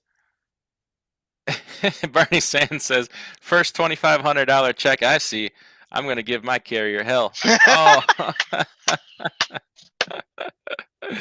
Oh, that's good, Bernie. That's good. You do it too. He ought to catch hell. Cattle Holland says, I can't believe these banks are financing these trucks at these prices. They can't believe it either. That's why they're asking for enormous down payments and high interest rates, because banks aren't stupid. They don't build these skyscrapers off of being stupid. They know how many of these trucks are going to take back. They probably even know when. They know market cycles. They know economic cycles, so they're equalizing equity at purchase. So if a truck is $93,000 and it should be $60,000, they're going to want 33,000 down or even more to get some equity in it. So when they take it back, they're not so far upside down. And I say that through experience, trying to get a few guys brought on over here at my carrier, and they have great credit scores. Credit scores you can't shake a stick at. Eight is close to 800, and can't get financing because they want, they got a substantial $20,000 down payment. The bank wants 40 down, and then they want 28% interest. Well, at a certain point, it just doesn't make any sense to do it at all. So, have some experience with that, of going through it, and it's ridiculous. But at a certain point, I can't blame the banks because they're going to be stuck holding the bag when the cycle turns, and they know that. Truck loans are very risky for banks. Well, they do it in the housing market as well. I mean, Yeah, at least with housing, there's a durable asset there. A truck is not a a forever type asset. Samuel says, "What do you think about letting drivers book their own loads on the spot market on a percentage format?" Okay, so that's a big topic. Like right now in today's market, and on YouTube, like the whole self dispatch thing, and I can see both sides of it. Guys want to do it. The money's good. It's. I'll be honest, it's easy to do right now, like self dispatch or dispatching at all, because the money's good. When the money turns, when it's not so busy, you definitely want somebody on your side that knows, has the experience, has been doing it a long time. I have done that. I have let somebody self dispatch, and it did not go well. It ended badly, and I'll explain some of the challenges, because you got to look at it from everybody's angle. Okay, I understand you're watching out for yourself. I get that. I've driven for a long time. Let me tell you about from my side of it as a carrier. Okay. I've built this company over years. This isn't something new to me. I have built this for a long time. I have built a very uh, good safety score. I have built a reputation for being on time, not having problems, et cetera, et cetera. A good working relationship with everybody I deal with, solving problems, et cetera. Okay. I let somebody do this, and maybe I didn't do enough homework ahead of time. If somebody's going to do this, and now you got to understand, when they're booking loads and self-dispatching under my company, they're doing business in my name. Okay, so at a certain point, this has to be done to my standard, which means we don't fall off loads once we book a load, unless we break down or there's some foreseen problem. Once you book that load and you sign your name to it, you do it. You do not go looking for a better paying load and then cancel that load. Now, if somebody's doing this in their self-dispatch, they're doing it in my name, and they're hurting my company's reputation. Okay. If somebody has not a pleasing personality to deal with, and they're calling brokers and acting in an unprofessional manner, they're doing it in my name. Okay. I can't be sure they're not mother effing a broker, or chewing somebody out, or saying bad things to somebody. Okay. So you have to protect your reputation, because to them, they can quit and move on to another company. I'm stuck with this thing I've built for 20 years, and then they come along and damage it, and I have to refix it. Okay. They book a load and don't do what they promised to do. 100% of the time, we always do what we promised to do. Now, there is weather. Bad weather does exist. Breakdowns exist. Okay, those are your gimmies and your mulligans. How can you be sure somebody isn't booking a load, picking it up, and then holding it hostage for whatever stupid reason? Holding a load hostage is one of the 5 deadly sins of trucking. You do not ever hold a load hostage.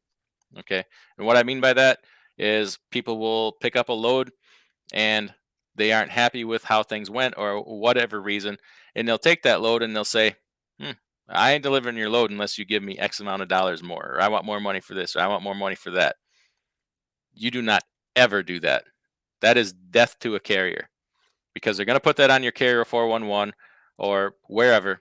And when another broker sees that, you are finished. That is something you just never do. Now, if there's a legitimate some kind of dispute where it's a rejected product, or if there's something that needs to be worked out, then that's different. But you don't behave like that. So I can have people doing these things under self-dispatch and causing enormous harm to my company.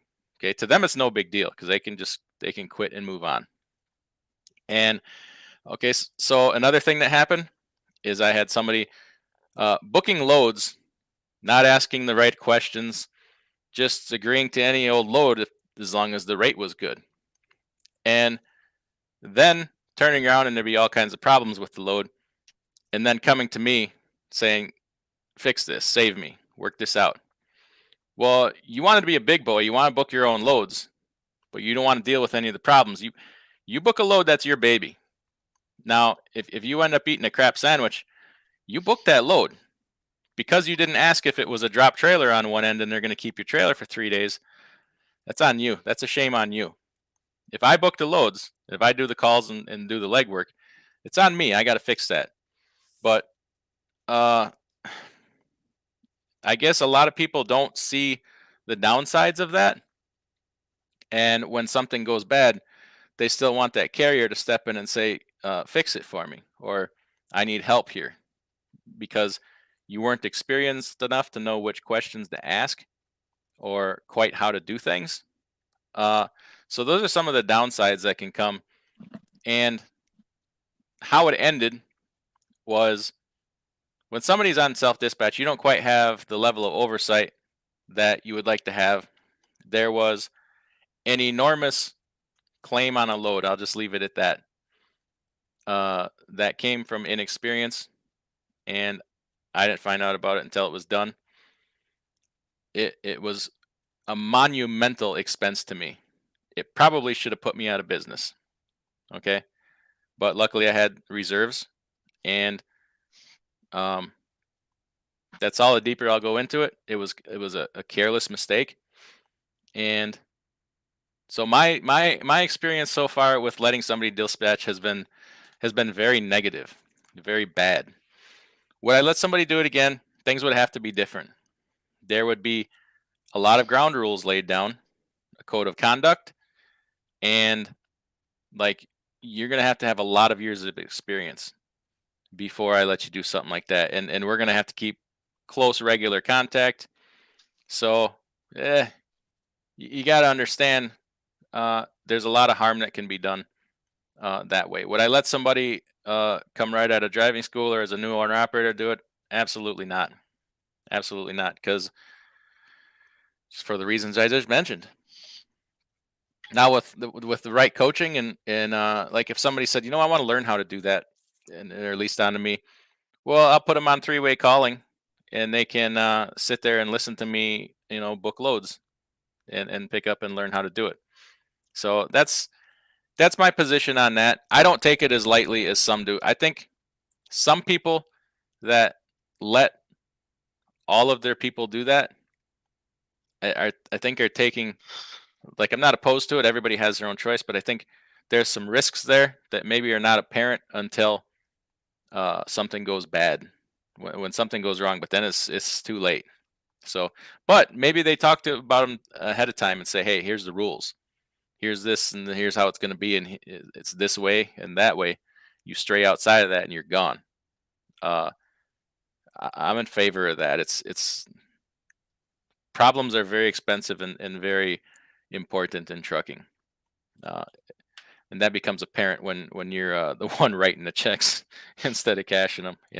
So that's my whole opinion on that, really.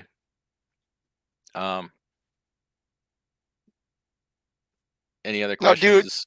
Now, do you allow your drivers to have insight on what loads they're taking, or if they Absolutely. happen to see a load on a load board and inform you about it, do you give them the right to choose that load?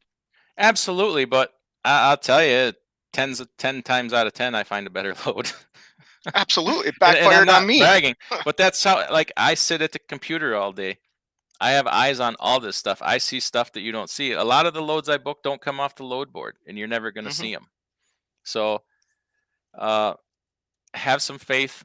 Plus, if you're self dispatching, you can't be looking at loads going down the road, or I'll fire your ass. Number one, but number two, like, your time is better spent driving and managing and running that truck. Like, uh, I, you know, I'm gonna book honestly better loads. Now I'll call and say, hey, you want this? You want to do this? You want to do that? A lot of times. Sometimes you don't have time to call. You see this load that works, and you know it's a killer load. Like, you got to jump on it like right now, or somebody else is gonna. So there's a lot of that happens too. But I, in generalities, we talk some things we talk about, some things we don't, because time is important too. Um, okay, so here we get some clarification on this name. This is an old username. WCF Invader is the correct print. Okay, so I got it right now. I was saying it wrong before. Nomadic Brit, have a look at the truck and trailer prices on Schneider's website. For instance, there's a dry van, 2007 for $24,000. That trailer was that's how much that trailer cost brand new. And it is beat to death. I've pulled a few. I did Schneider power only for a very short period of time. And I tell you what, their trailers were beat to death. Holy cow. G Star says, is my orange truck for sale? Not at the moment. I still use it. Uh, if I ever as a decide to lawn sell it, ornament. oh, come on now, that's hurtful. I used it 2 days ago. To take it, and I got a door fixed and put some tires on it, and I put like I would 50 drive mi- that truck. I put like 50 miles on it the other day. So, get off my back, dude. I was tired at the end, man.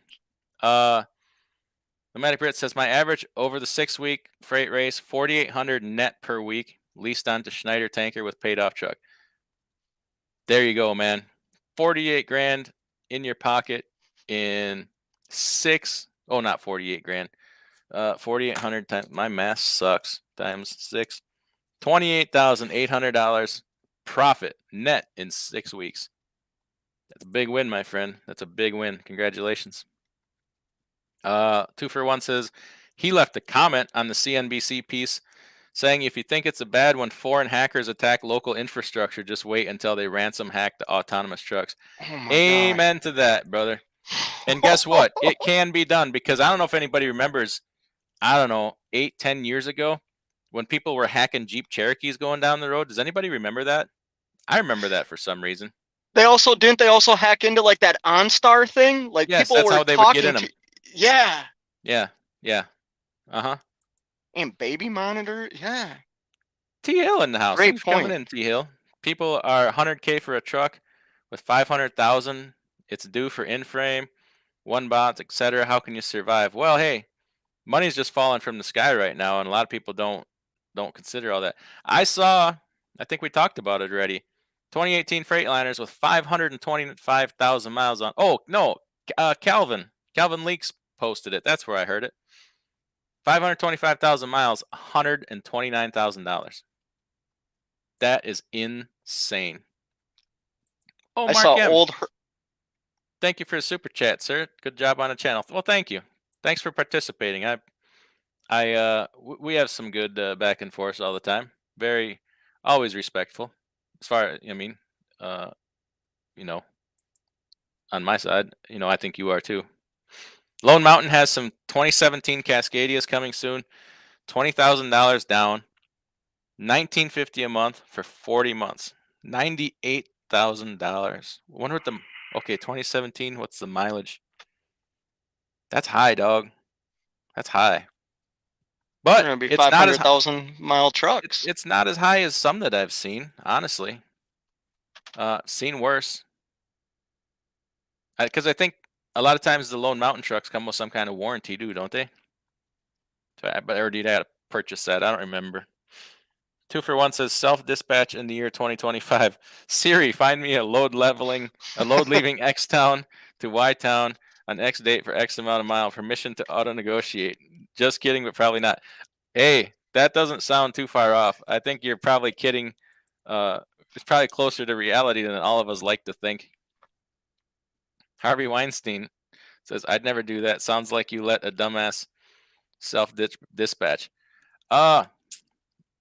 They came recommended from a friend. So, hey, I'm sure I bear a certain amount of responsibility for that, but experienced driver and good recommendation. I tell you what, it didn't go on for too long. That whole beginning to end thing wasn't but a couple months. So,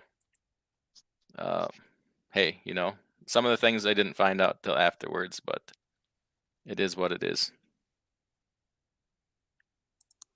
That's why I said, we'd have to have some conversation and some ground rules going forward. I learned too. Okay, some helping each other out, finding a job. Happy Halloween, Nevada says. Harvey says, sorry to hear that. Nevada's just handing out candy in his panel van to all the little children. Sorry, it was right there. I had to take it.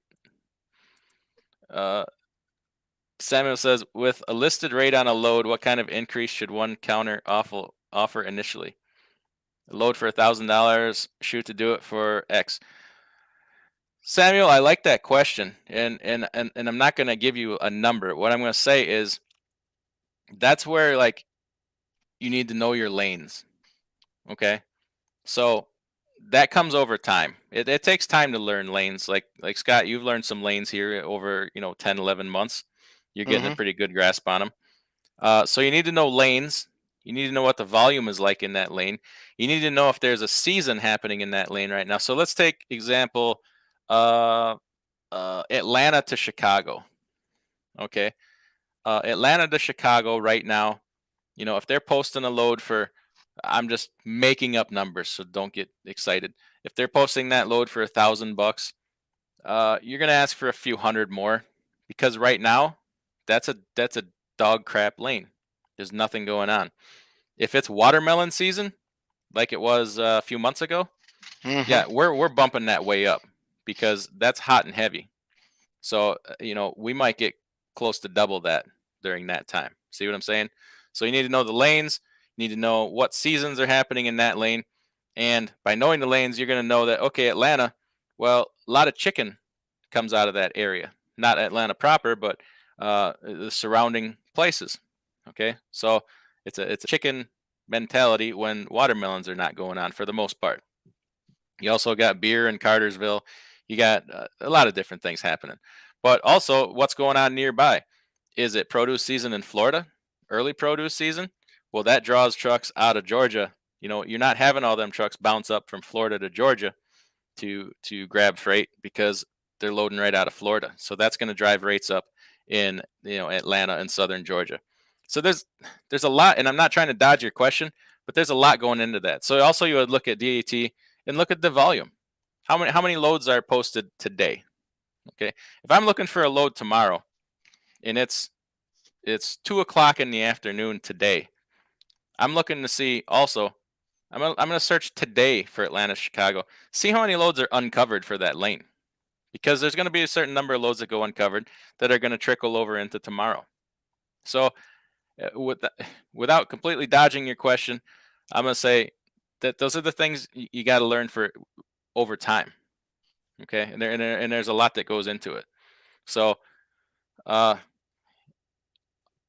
always Time of ask for day. something. I'm sorry. Go ahead. I interrupted you. Yeah, no, you're right. Time of day, end of Time the of day, day. end of the week, end of the month, end of the quarter. So last week we had a good scenario. We had, Friday was the end of the week and the end of the month. So that made for a good freight day on Friday. Increased rates. I can't help but to think of that 90-mile run I did overnight. Yeah, I mean, it was When you're a good talking little about that, filler. knowing the lane, yeah, Yeah, it it was a was good little filler. amazing. So, so I mean, to directly dodge your question, uh, also, look at a place like probably a better example is like New Mexico. New Mexico has a produce season. Midsummer, you might kill it out of there, uh, which would give you more negotiating power. If they're offering a $5,000 load, you might get them up to well over six. If you're armed with the information of, oh, look at the volumes out of here right now. They obviously are not covering their loads. Whereas this time of year, right now, you're in the weak position for hauling freight out of there. So you're not going to get them up, but probably maybe a few $100, okay? Because they don't need you like they need you then. So it's be aware of your surroundings, and you just pick that stuff up over time is all. It's one of those things you learn over time. Nick G says Happy Freaks Day. Oh my God, is today Halloween? Stop it. No, I'm serious. Or was it yesterday? Dude, No, I'm it's out of today, touch, dude. man. Is it? Sunday. Dude, I've been working in Yeah, the it's field the last 2 days. I 31st, holidays bro. like other than Christmas, New Year's, and Thanksgiving, a holiday or Easter, I usually know. I'm oblivious to it all. Like I'm focused on what's like right in front of me, and time for like all I know is like I gotta do some finding some loads tomorrow morning. And I didn't do my monthly safety video yet. I was gonna try to get that done tonight, but we'll pump that out tomorrow, and we'll backdate it. How about that? DPG says he spoke with a prime driver. You really got excited about the 1099 company I'm working with. I told him what I make without any expenses, and he was shocked and interested in leaving Prime. You almost pulled a couple guys away, didn't you? Yeah, Yeah, but hey, Nick G, how do you like the Fuel Ox cold charge? Is it good enough to keep from jelly? Yeah, yeah. And I tell you what, on those really cold days, get that what the hell is it called? For a freeze guard. That's mm, military grade. Well, they're both military grade, but the one has a catalyst in it, the other one doesn't. I've never had any kind of an issue. Uh, Getting an honest dispatch is something to consider. Lots of ways to get your money cut in on. Yeah, we talked earlier about companies not showing rate cons. That can't be happening.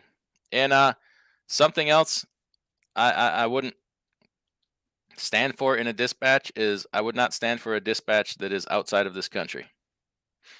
They have no vested interest in anything that's good for you. If they're on percentage, they're just going to book you the highest grossing load. They don't care about the rate per mile or if they're sending into the crappy area, anything like that. Uh, that's something I wouldn't deal with either. And they're not honestly, they're not held to any laws of telling you to break the law, or if they try to force you to do something illegal, what's going to happen to them? They're not even in the country. Mark says he twisted a broker's arm once on a load return to the shipper because they refused to counter my rate and negotiate. They kicked the can for 3 hours. That was my rate or the highway at that point. Yeah, as long as you do that before you pick up the load, I'm all in favor of that. But doing it after you pick up the load, that's a bad practice. And I know you did that. I know what you're talking about. Nick G says, "Yo, Mr. Cash." Everybody shows some love to Cash's King Trucking, man. Bernie Sand says, "Do you make your drivers go to New York City? Can they run I-40 and below in the winter?" No, it is forced dispatch. Brooklyn, Bronx, Queens, Staten Island, like every week, guaranteed, dedicated. take out No, a bridge. Yeah, no, I do not force them to do that. I-40 and below in winter? No, because then you're gonna come back with a tan, and I'm sitting here in the cold. Uh, I like to share in the suffering. You know, hey, if you ain't got frostbite, you know, you ain't working here. That's all I'm saying. I'm taking the winter off. We'll see about that. Killian says he's been jonesing for a life. Well, good deal. Good deal. That's a bad addiction to have, my friend. I'm just saying. Just saying. Dang, chat jumped on me again. Here we go. Cassius King says he's going to steal Big Orange. She needs to run, and I can't get my truck out the shop.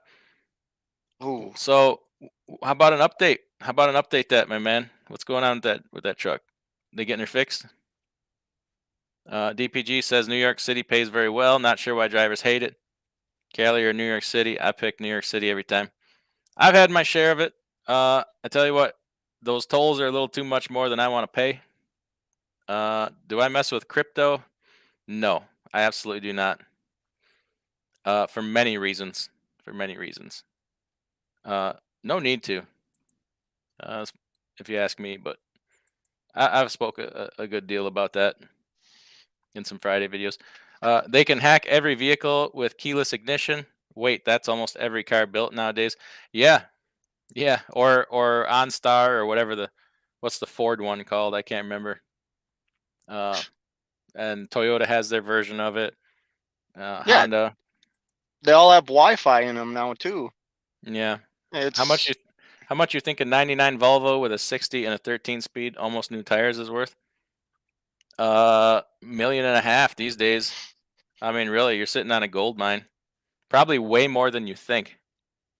You're probably looking like serious because people are paying killer prices for pre-ELD trucks, pre-emissions trucks.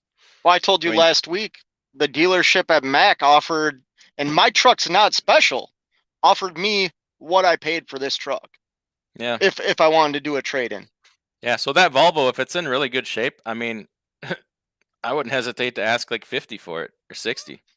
You might even have people fighting over it. Seriously, that would be a good truck. That's a great setup. Those older Volvos with a 60 series or an N14 are friggin' great trucks. Yeah, I highly recommend those. They're hard to find. Cash says with the price of Freightliners and the truck paper, I'm going to put mine on Craigslist for 100 grand. You probably get it, dude. Probably get it in like a week. Put it on Facebook Marketplace. I hear that's the place to put them. There's a 2018 with 516,000 miles for 116K. That's just insane.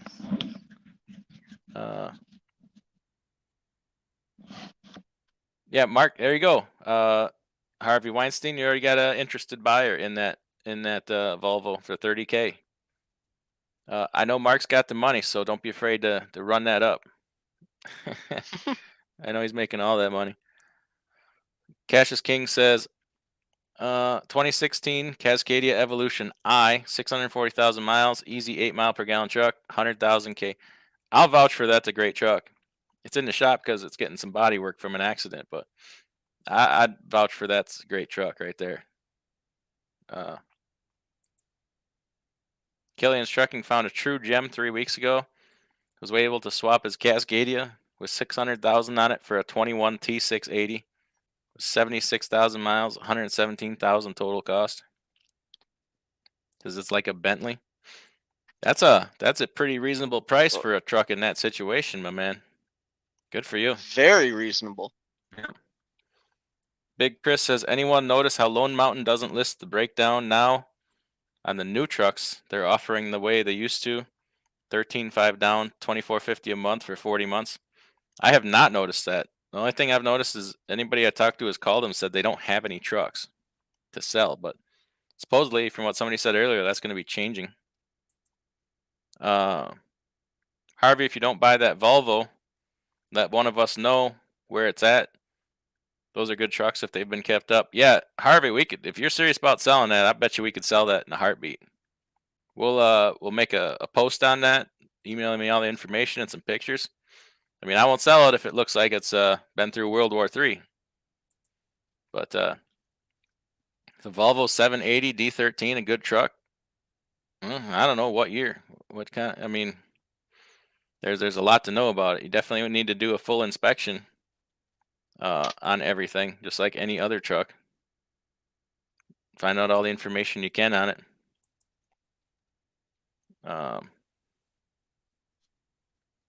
Get people talking about Schneider Finance. A lot to. I don't know if they got any trucks though either. I've heard they're out of trucks. Oh boy, you're gonna put me to the challenge with a name again. Abdulaye. I'm gonna go with that. Tell me how I did. Just happy to catch you live. I've been learning a lot from your channel. Well, thank you. I learn a lot from my viewers, so it works out good for both of us, don't it? Paul Harris says, I hear that loads sometimes are listed from multiple brokers. Is this true? If so, do you find it often? It is absolutely true, and it absolutely is all the time. Or, see, that's common though, because a lot of shippers will take bids from multiple brokers, and first one to cover it gets the loads sometimes. And uh, brokers will post the same load 57 different ways. So you could pull up say you're looking from Chicago to Pennsylvania, and it says there's 460 loads. Well, 300 of them might be one load posted the different ways, and there's brokers that are notorious for it. Scotland does it terribly. Shram, certain brokers are known for posting ghost loads, and then people post loads that they don't even have sometimes. So you really got to you'll learn quickly who the brokers are that post BS loads. They don't post them as they are. They post them 100 miles away from where they pick up. It's just, you'll learn the brokers that play the games real quick if you start looking at the load board. Killian says, no, I'm saying the hiked up prices are crazy. Used truck prices just keep going up. Yeah, every day, every week. That gray Mac I just bought is still sitting in the driveway because I haven't found a trailer to put behind it yet. But I'm starting to think just sit on the damn thing for 3-4 more months and I might double my money on it. That's no joke. I mean, it's ridiculous. DJ says, can someone send the link for the Coco video? Oh, a moderator is going to have to do that. They can post links. So a moderator, preferably Cash is King, you go ahead and post that. But I tell you what, you can click on that link, but you're not allowed to leave this chat to go watch that video unless you come back and give a full report on it to the rest of the class. But I'm not about to go losing viewers to a birthday cake video. Is that a different video? No, that's the right video, isn't it? Have you seen it? Yeah. Yeah. 100 Somebody times sent only. it to me. Only 100 times, right? I get a bunch of weird stuff sent to me by people. All right. Paul Harris says, watching JJ the Trucker here on YouTube, and he was into his second lease with Prime. He left a year into the second lease. I was so happy for him, and he's more relaxed now with Landstar. Yeah, it's kind of weird. I don't know if there's a company on YouTube that has more people with channels than Prime. It's almost like it's a requirement. But it might be a good supplement to an income. I don't know. Paul Harris, he runs New York City. He let the air out of it. All right. Killian's, oh man, he says he wants to come on over and work here. Well, yeah, we talked. You get that experience in. We'll talk some more. We will. I promise you. I don't make any promises. You got to keep that record clean, and no more incidents like that picture you sent me. That's not a good it's not a good thing. Oh, Paul, he let air out of the tires so he could make it under the bridges in New York City. Okay. All right. I have I have a good deal of adventures in New York City. I used to work for a company that we delivered products to the end user. So we made decorative concrete products. So we got a job redoing Times Square. If you ever go to Times Square, look down and everything you're walking on, throwing garbage in or sitting on came from us, and we'd deliver it there. And all over the place, apartment buildings, every fast food restaurant in the country had our products. We'd deliver them right to the stores, and it was just an absolute nightmare. And it's some things you'd prefer to forget about your life. Those years I'd prefer not to remember. Never been. Yeah, I have no interest in going. Like, yeah, I delivered it to the UN building in the financial district, all kinds of places down there. It is no place for trucks in the middle of the day. It's no place for a human being, really. Paul Harris says here somebody can show you how to pick a kingpin lock in seconds. I'm not sure if we want to go showing people that. Alonzo says hopefully this fuel lock works well.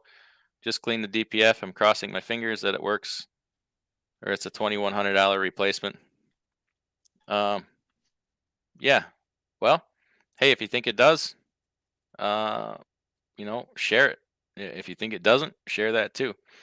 Um, consistency is a key. You're starting with a clean DPF. That's a good thing. Um, Cassius King says Lone Mountain doesn't show those prices on those trucks because the price goes up every day. That's no joke. It actually literally does. The last couple trailer places I talked to, they're doing that too. The place that I was getting my trailers that was not gouging, they are raising their prices every week. They still are not gouging as bad as everybody else, but they're starting to really kind of tick me off a little bit. But doesn't matter because they can't deliver a trailer to me anyway. So, what's your thoughts about buying or running 85,000 to 100,000 cab over with about buying and running 85 K100 cab over with the 3406A for 8,000? That 3406 is a good motor. I'll tell you that. I mean, is it restored? Is it you going to put a bunch of money into it? You're going to restore it yourself? It's a lot of popular thing people are doing now, buying old cab overs. I kind of dig them. I mean, I'm not going to lie to you, kind of dig them, but I drove a cab over at one point, and to live in it sucks. I mean, laying down to put your pants on, climbing over the doghouse to go to bed. Just after driving a modern truck, it would be hard to go back. I ain't gonna lie. But Samuel says, do fuel fleet cards provide rebates on fuel, or is it better to use a credit card which provides points on fuel? Uh, Credit card, no, the points don't make up enough. So fuel cards provide good discounts, but it's not necessarily the fuel card, it's who you tie it to. So just like you can get a MasterCard that says Chase Bank on it, okay? It's a MasterCard co-branded to Chase Bank. So you can get a Fleet One card linked to the XPO network. Okay, that's where you're going to get your discounts is from the XPO network. It doesn't have much to do with Fleet One. Okay, so that's what you want to do is you want to find the best network. They're not all the same. Now, in addition to that, I mean, Mudflap is free. You can link your credit card to that, so you're going to get the fuel discounts from the Mudflap app, and then also get your points on your credit card. There's a link in the description below for Mudflap if you want to learn more about that. But yeah, it's not necessarily the fuel card. It's who you tie it to. There's plenty of places to tie your fuel card to. There's Nastic. There's about every broker will offer you some kind of fuel card program. Search around. I mean, Landstar, everybody, all the big carriers. So who's going to give you the best deal? And have multiple ways to pay for your fuel. I'm a big fan of having multiple ways to pay. So yeah, carry a credit card, carry your fuel card, I run a Fleet One and a Comdata. Then we also had the Mudflap. So because fuel changes so much every day, not one place is going to have the best price on fuel every single time. So shop it around. Comes time to buy fuel, check all your different hookups, see whose price is the same. Because it can change every day. Mark M says, I wish Carrier 411 would share info with carriers. That just irritates me because brokers can see and reply to pretty much every load board review. Yeah, if you, I agree. We should be able to see it. You can see any of your DAT comments or ratings, but Carrier 411, no. But if you have a broker that you work with, they're going to tell you, say, hey, man, can you just look up my Carrier 411 and tell me what it says? Most of them will do it for you. Like if you got a Robinson rep or a Coyote rep or a broker you use a lot, they'll do that for you, man. That's where it pays to build those relationships. Thanks. Harvey says, thanks for the feedback. Put in 2 weeks notice and boss make a good offer to keep me on a W-2 local job. I'm thinking about it and will sell the truck if I stay at my job. You'll sell that truck, no problem, Harvey. You will. In fact, we could help make that happen. There's probably somebody in this chat right now just itching to buy that truck from you. Yeah, Cassius King right here. TQL has a load posted in Chicago, but it's in Bloomington. Yeah, TQL is another good one for that. Scotland has got to be the worst. Oh, I swear. What load boards do I use the most? This is a good topic for a video, but I'll touch on it here. Um, for the ones I pay for, I use DAT. DAT is the only one I pay for, and then there is a couple that I don't pay for, and then there's a whole bunch of broker websites or load boards that I don't pay for that I use, and I still book loads in other places from there. When I say build contacts and build relationships, like I really mean that. I try to book as much freight as I can away from the broker board because that's where you'll get your money. If I've done a load before for a broker, um, and I have a truck in that area again, the first place I go is back to that broker because a lot of times he'll have that load again. How important? And this guy right here, everybody knows by now. We've talked about it in public. He's leased to me, and we've built and you've experienced it with the load you're picking up tomorrow. That you provide him unforgettable customer service and a great experience, and he will ask for you. He has asked for you personally to pick up that load tomorrow. And after you did the last one, he emailed me and said, "Hey, really enjoyed working with that driver. If he's out here again, let me know. I get these loads every week. So guess what we're doing tomorrow? We're doing that same load again." So that's the kind of thing that carries you through the tough times, to be perfectly honest with you. That kind of stuff. So, job well done on that. Good job. Thank you. You'll never hear me say that again. I'm just kidding. Mehmet says he just bought a 2016 Volvo D13 with 503,000 miles for 31,000. Really? Oh. Wow, that's the deal of the day right there. All right, here you go, folks. Here's your link to the Coco video. Isn't it past his bedtime? It is. Grandpa's got to go to bed. You can click on his comment there. I don't know if it showed up as a hyperlink or not. Otherwise, copy and paste. I'll leave that highlighted there for a while. Bill Dill says, "What do you think of a guy with a fresh CDL and no trucking experience becoming an owner operator with a used day cab?" Well, it doesn't really matter, new day cab or used day cab. My personal opinion, get a little experience under your belt first, because you're gonna make mistakes. Anytime you're new at something, myself included. Hey, I was new once. You're gonna make some mistakes.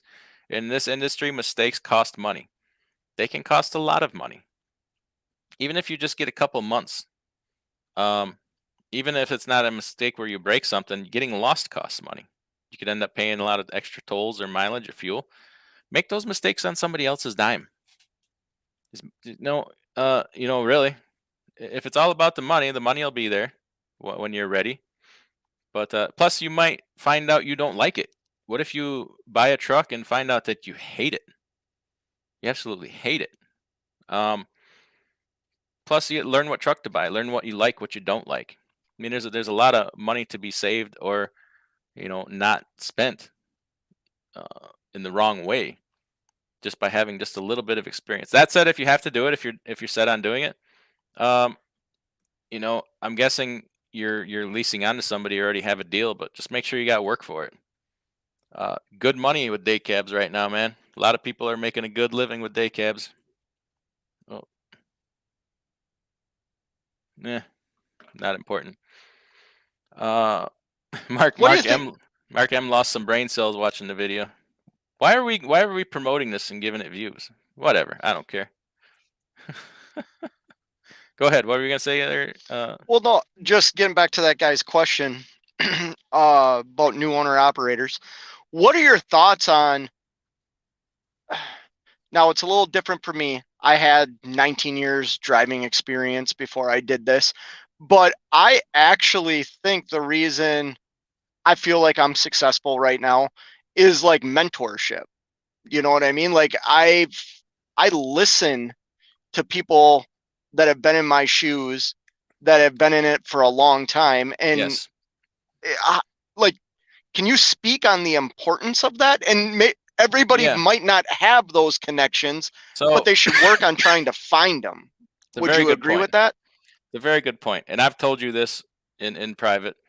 Uh, Part of the reason for your success is number one, you put in the work. So first of all, you get the credit for that. Like nobody could have done that but you. But number two, you listened. Like you had some people, not just myself, but a couple other people with many years of experience giving you advice, and you sorted through it. And some of it was bullshit. You found that Mhm. right away. But when you had somebody suggest something to you, you listened and you did it, and that's why you are where you are today. When we did that video, about you paid off your truck and you did this and you did that, people really liked that. Well, I'm gonna tell you how he got there. He listened. And, obviously you did a lot for yourself. Don't get me wrong. You didn't like nobody did this for you. But you cut your learning. I'm gonna take this off the screen now because I can't even see myself. You cut your learning curve. You went from no experience as an owner operator to being in a position of somebody that's been an owner operator for like 10 years in a matter of 11 months. Like you're earning on a level of somebody that's been doing this a very long time. A lot of people drive for a very long time and never have a paid off truck. Uh, the things you've done in your personal life, like everything, your learning curve has just been non-existent, and that's a credit to you because you've done the right things, and you listened. So I think that's good advice for for you. everybody. Like Yeah, I appreciate it, and I really coming from you, I and not all that, appreciate the kind words. But not all that advice came from me. no, not all of it. No, I like a lot of it came from Cash is King, right? yes, yes, Yeah. So, yes, um, and I still talk to him. I don't want to. I still ask questions. I don't know everything. I hope I never know everything. You know, I think that's important for everybody getting into this, especially if you're risking your money. I mean, that's what you're doing. You're risking your money. uh huh. You know, Yeah. So Cash says, Fi- how about Mudflap giving away free fuel for a year? Yeah, I get in saw that that. contest. Yeah, Definitely get in that contest. Man, that's that's crazy. If you every time you spend buy 100 gallons or more, you're entered into a drawing to win a free fuel for a year. I'd probably buy Man, myself a truck then, I think I should a get that pickup right up. truck. I should get that right off the bat for as many customers as I brought them. Oh, here we Yeah. How about a little sweet? How about a little taste of that there, Mudflap? go. Oh man. Urban Network. There's a new name. Thanks for coming in. With a trailer prices skyrocketing, what should we do to find a good trailer but not the markup price? If you find that out, you let me know. That is the question of the hour right there. Like if you are lucky enough to find one, you are going to pay a ridiculous price. I'm sorry to say, but that's the world we live in right now, man. That is reality. Uh and if you find otherwise, you best jump on it like immediately or somebody else is gonna. It's just ridiculous. Like uh, beat a dead horse. We talk about it every day. I mean, I wish you well. If you do find one and they happen to have two of them and you only need one, holler at me. Just saying.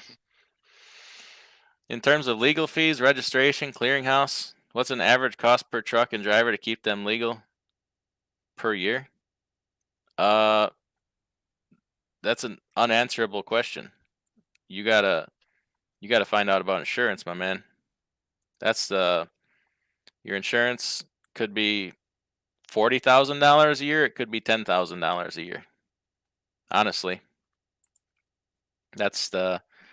I mean, if you take insurance out of it, I mean, you're talking about the big expenses are your plate, and depending on your state, you're probably around 2 grand a year. Various other permits, and you get your 2290s, 550. You're probably three under 8,000. Well, well under 8,000 for everything, and that's probably even high. Um, it's hard to estimate because some states the license plate is 1,500, and some states it's probably pushing 3,000. So we're just spitballing here, ballpark. But it should never be more than 8 grand. Um, and then, like I said, on top of that, insurance. There you go. That's Sounds like such a a great strange deal on thing. that Volvo. Dang it. Stupid thing. Jumped on me again. Cassius King is all jacked up on Kit Kats and TikTok for Halloween. I got another app he could use. Oh, no. We don't promote that. Slot Truckin' is reporting back to the class from the Coco video. Not for me. Couldn't finish watching it, but that's just me. I'm sure she is a perfectly lovely person. Was there even a truck in that video? No, there was not. But that is a trucking channel. So, um, you know, what now? Slot trucking. Having watched that, what do you think about if I put on a similar uniform and make the similar kind of video? Could I get that kind of views? MW Williams says, "Is it better to hire a driver and lease your truck to them?" It depends what your goals are. I mean, I've done that. Um, it's not a bad deal. You can do it both ways. You can do companies, you can do owner operators. Some of the guys I've leased purchased trucks to, and some of the guys came with their own truck. They're all doing equally well. Um, just some guys needed just a little bit of help in getting into a truck, not because of bad credit or anything, just because the terms that these places wanted were just insane. And I was in a position to help, so I did. Uh, Not in a position to help everything or everybody, but uh, oh, Mark doesn't need another truck right now, so he's not jumping on that Volvo. Oh, Bill Dill says he just stumbled on us. Thanks for taking the time to do it. Well, thanks for coming in.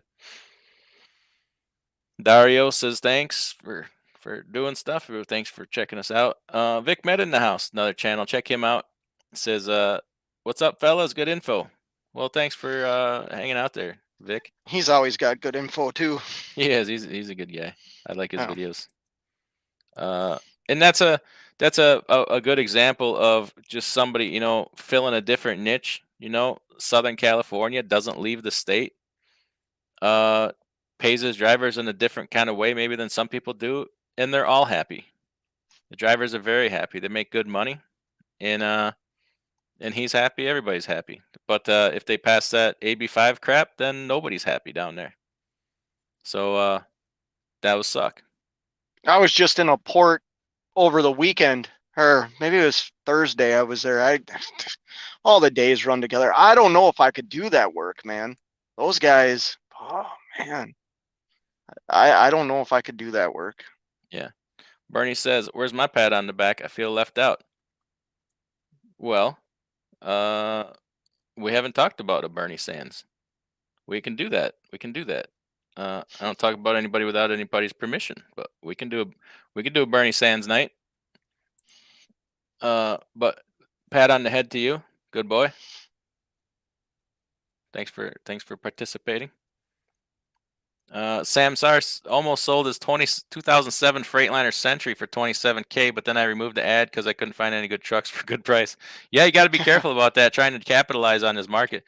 That's why I said I've thought about selling my orange truck for like 50,000. I could probably do it, but what am I going to replace it with? Nothing. And I already know like that truck is reliable. Like I have full confidence in that truck. I hate to start over new again. Could replace it with a Mac sitting in your driveway. Could, but that entails driving it.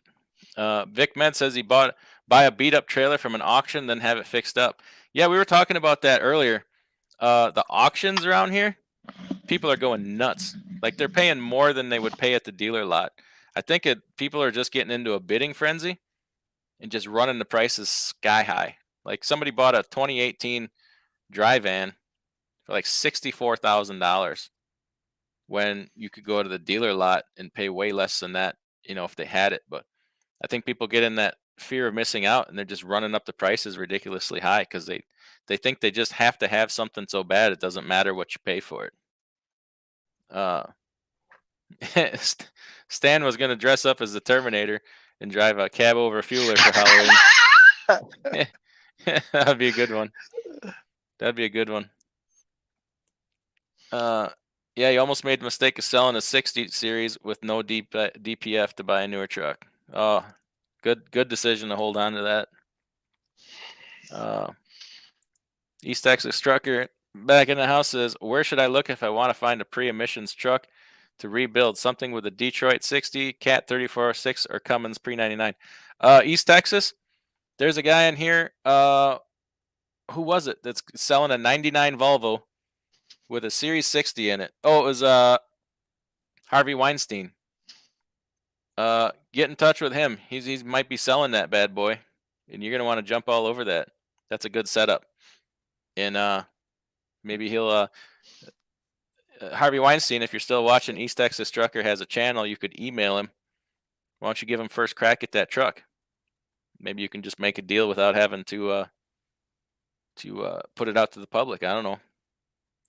General opinion on a Detroit EW34 on a truck with 400,000. I'm thinking yes as a cost of doing business. I don't know. EW3 or you mean the ECM model, the DDEC 3, a DDEC 3 or DDEC 4? Am I understanding you correctly? I don't know. Yeah, not a bad way to go.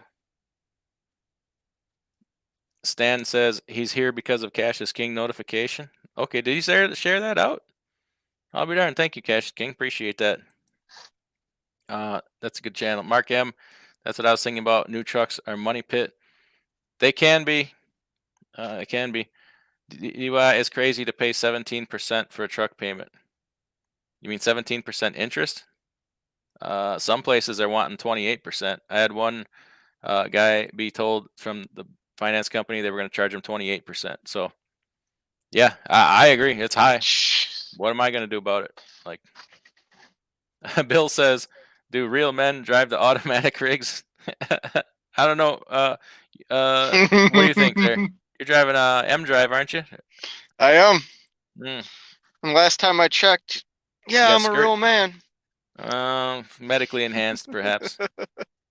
Uh, Oh man. Uh, Bernie says you and Cash should do a video together in Daisy Dukes to that song. My milkshake brings all the boys to the yard. Oh, I want. Oh, Bernie, is that your guilty pleasure? Is that your fantasy? I'd like to keep oh, my YouTube channel, so I'm not gonna do that. But maybe we'll do it privately and just for you, Bernie. Urban Network bought his Cascadia from the company for 35K. Now the same truck is 70K. Well done, man. yeah. Well done. Uh, if you were ever looking for a time to get out of trucking, like now's the time. And you could if you had a decent amount of equipment, you could bow out gracefully. East Texas says trying to figure out if he wants to go owner op or work for UPS LTL when I hit the 3-year mark. I can't do this teaming for more than a year and a half. Okay. Well, uh, I got a lot you of know, respect for him for doing that teaming stuff. yeah, I did it for 1 week. yeah.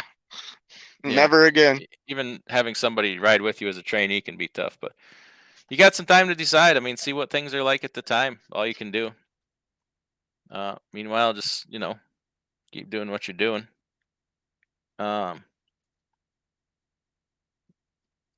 MW Williams says only thing I'm really nervous about is a new entrant audit and finding a good driver. Being that I got 6 years under my belt and taking care of my truck and my business is not hard. Maybe you just want to wait until after your new entrant audit to do that. Then, if you're nervous about it, that wouldn't be a bad idea. New entrant audits aren't as scary as they used to be. They're done by like fax machine now or email. I mean, I had somebody come to my house. That was intimidating. Uh, 2 for 1 says just saw a video of a port driver getting his whole truck picked up by the shipping crane when the container didn't separate. Slow boat to China. Oh man, could you imagine the impact if that thing, if the fifth wheel came loose and he fell? Oh, Oh, come on, man. What's with this? What's with this? Here, we gotta block this user right there. Come on, moderators. Where are we at? Oh, now I can't block the moron. Well, we'll just skip it then. If anybody can block that moron, go ahead and block him. Vic Med says, I'm in the market for a truck, but not this year. I already shot myself on the foot with this trailer. I just bought 2013, 37,000. I'm not going to do it with a truck. I'm waiting. Yeah, if you're in a position where you can, especially with the uncertainty going on down there in your market with that, what them stupid politicians are trying to do, trying to, kill owner operators in California and all that. Maybe it is a good time to wait. Channel must be getting famous. We're getting the extremist trolls. Yeah, if somebody can block that moron, please do it. For some reason, when I click on it, it says an error occurred. Try refreshing the page. Well, I can't refresh the page or it'll end the chat. So have at it. Oh, okay, 2 for 1. EW3 4 is Detroit extended warranty, I think. Okay. Yeah, I don't know what the EW. Oh, EW extended warranty. Duh. See, I told you I'm a little slow. Depends how much does it cost. I know Cash talks about that lease or the warranty he's got, that Premier. Compare it to that. He's pleased with that though, isn't he? Yeah, Didn't he say yeah. he had that one problem and it like paid for itself or something? I think he said. Yeah. East Tex or Harvey Weinstein says I don't think Texans are allowed to drive Volvos. Okay, don't they have to drive a Peterbilt with longhorns on the front like Boss Hogg's car? I thought that was regulation. And Grafton says I went to take a leak and come back to the extremist trolls. Yeah, I need.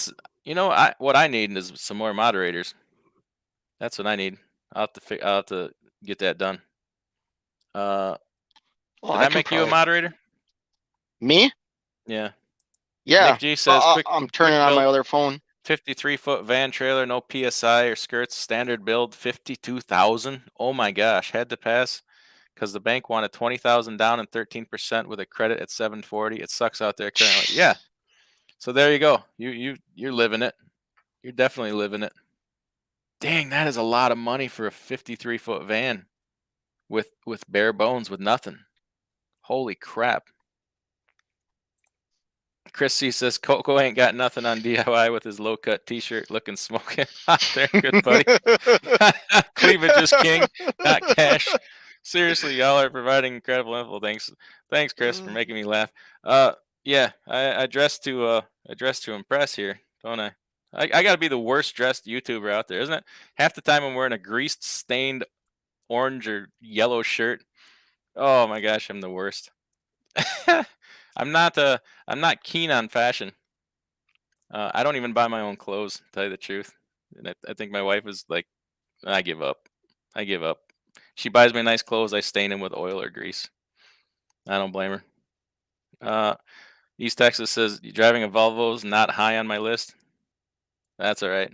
They're pretty comfortable, from what I understand. The ride is tremendous. Bill says auto drivers are studs. Okay. Samuel says, when truckers getting paid by percentage, what have you seen? Is 20% gross low? I cover all maintenance, fuel. Wait a minute. I thought we were 20% to you. Yeah, that's bad. Like, you would want, if it was an 80-20 split, you want to be on that 80% part of it as an owner operator.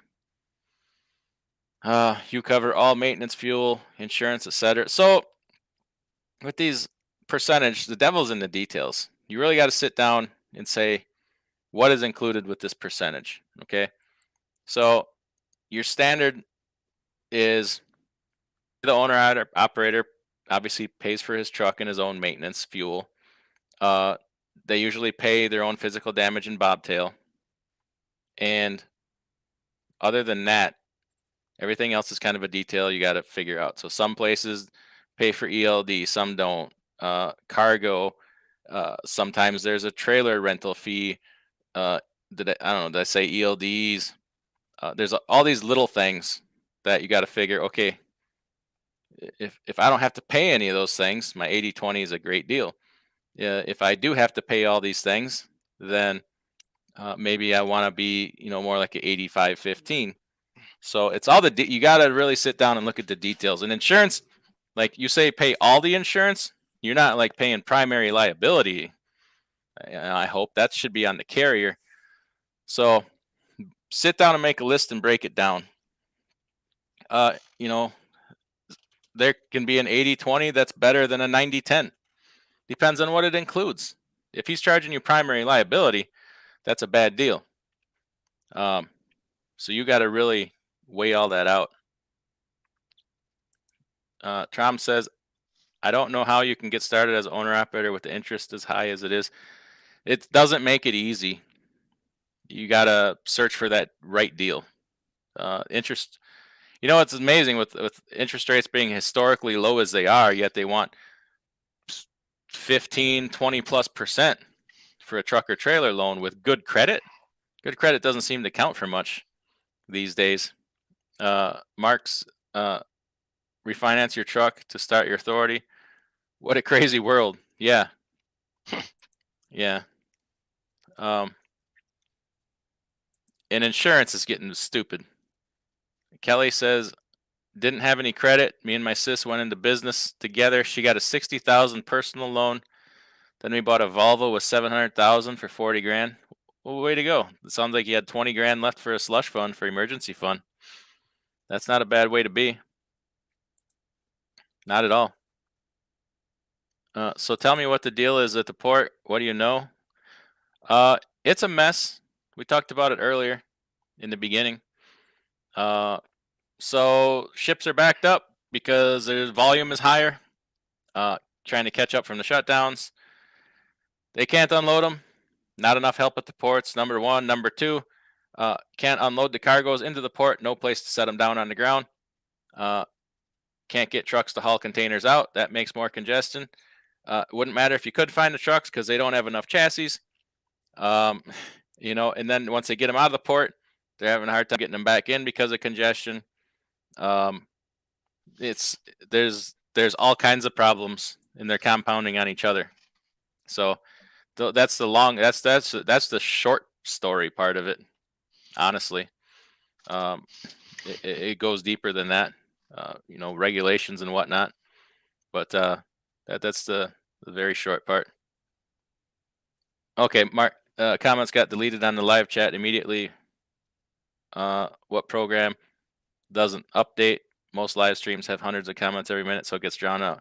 Okay, that's good. Or maybe it just shows up still in my chat because I think I get to see everything, even things that have been deleted.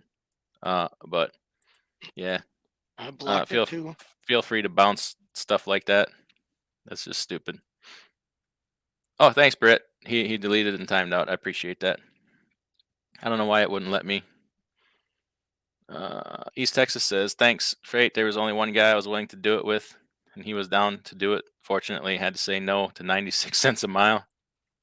Wait, are we talking about as a company driver or owner operator? Like 96 cents a mile as a company driver is pretty damn good, but I think you're making more than that anyway. Well, maybe he's talking about owner operator. That's like early 2000s kind of rate, leased to a mega, 96 cents a mile. Harry says there's an 06 Great Dane tree reefer on Gulfport Craigslist for 10,000. Okay, we'll have to check that out. Oh, Trucking Cliff, thank you, sir. Appreciate that. Yeah, Cassius King's got the premium 2000 warranty. Did a video on it. He paid 8,000. So far, it's covered 3,500 worth of stuff, but it's like insurance. Okay. Yeah, check out that video if you want to drop a link to that. I remember him talking about it. Okay. Oh, Samuel's he's the owner paying the driver. Okay. I was completely misunderstanding it. 20% to a company driver is a little low. There is really no standard, but 25% is pretty popular if it's a newer driver, and then working up to 26, 27, 28% is pretty common, is how you would give raises. So yeah, 20% is starting would be kind of low as a company driver. Yeah, fortunately though, if you were at that in this environment, they're going to make good money because freight rates are are high. But if you're doing percentage as a company driver, be prepared for some unforeseen problems, like possibly drivers not being happy with the freight you book them because it doesn't pay enough. Um, I would prefer with a company driver to do a mileage, but uh, if the driver's been around a while, they can realize it can be very rewarding to be on a percentage as a company driver. You share in some of the profits, so um, there's good and bad both ways. Cassius King says if he wasn't responsible for maintaining it or buying it, Volvo would be first choice. Auto shift with super singles. All man up. uh, Samsar is getting his brother out of driving school. Gonna pay him 50% after expenses. Dang, that's a lot, sir. Be careful what you commit to right off the bat, because you can't go backwards. And you might find that you might have made a bad deal for yourself. So start reasonable and go from there, because you could put yourself in a pickle. I'm just saying. Advice for buying a truck in today's market: should I wait until prices come down or buy now in case prices continue? Prices are going to go up, number one. You might wait a long time for them prices to come down, and they might not. It might be, as for lack of a better word, a new normal. There's not going to be a lot of trucks between now and 2023. New ones aren't coming in. You know, Go if ahead. a guy wanted to buy a new truck, I don't mean to be like promoting Mac at all. But when I was at the dealership the other day, I want to say it was $152,000, and that included the warranty. I told you the price. Does that? I think it was like Yeah, that was right. 152 or Mhm. 153,000 for a brand new truck. Now you have to wait a year to get it, but that's that's a very reasonable cost for a brand new truck.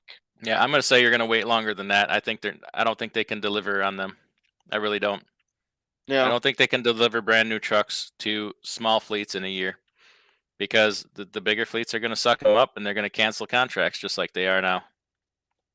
But that's things change. Mark Such says a wouldn't weird hire. time. Yeah, it's so messed up. Wouldn't hire drivers based on gross percentage, pay them a flat weekly salary, and don't get them mixed up with how much you're making. Yeah, I can't disagree with that.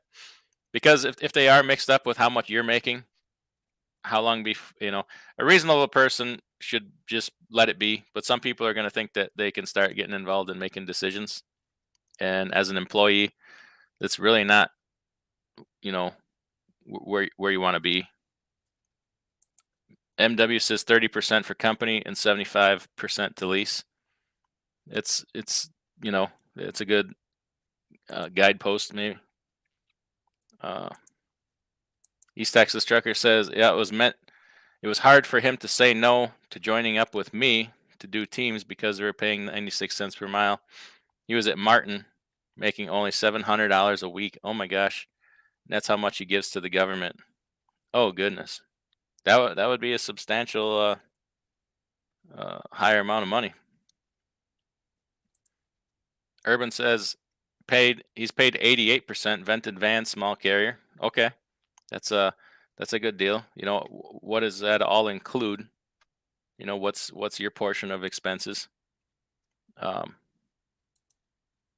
Good company out there to work as an owner operator with a bobtail. A lot of good places to work. Cash is King Trucking talks all about a lot of the different carriers and stuff. Uh, we like them small to medium sized companies. Uh, don't necessarily think the mega carriers are where it's at. Jeepers. Go away, troll. There, we got rid of that one quick. Uh, find somebody, close to home, ideally also, that you can talk to face if you need to. Where block user? There we go. Man, these hardcore trolls are hot and heavy tonight. Yeah, I think I got him. But yeah, Cash says buy all the trucks you can now. Prices will continue to go up on the data out there now. Can't disagree with that. It's kind of why I bought that last one I did. Don't really need it. Don't have to have it. But I might need it. And then if I do, I have it. And if I don't need it, I could probably turn around and sell it for a decent profit. Power source. Okay. That's a Carlos East Texas Trucker says Power Source is a good company. Bill Dill's got a crash. Go to bed. Thanks for coming in. Holy cow, it's 10 o'clock. 4 hours. No wonder I can barely talk anymore. I think we got to wrap this up. I need to do this more often. Get back into this. Appreciate it. Thanks for everybody coming in tonight. Really do appreciate having these conversations. Love all the questions. And that 4 hours just flew by like nothing. I can't believe it was 4 hours. So we're going to wrap this up. We'll do it again here shortly. You got laundry you got to go check up on your laundry before the underpants trolls take it, don't you? Yeah, I probably should. Okay. And go And cash then, my ponies winning. Yeah, no doubt. No doubt. So everybody take care. Have a good night. Check out all the links in the description below. Anybody got any questions, feel free to shoot them out. I get to them here and get around to it eventually. Anybody's got a topic they want to talk about in a upcoming stream or video or anything, we can do what we can. We need to get, there we go, Vic Med. We need to get more Vic Med in this channel. We need to do some kind of interview. You got a lot of good information, my man. Check out that channel. Check out Cash is King. All the channels, the Nomadic Bread, East Texas Trucker, all the channels that were in here were good ones. So hopefully I didn't miss anybody. If I did, I'm really sorry. I'm really tired. It's been a long day and I got to go to bed. So Have a everybody good night, take Adam. care. We'll see you next time.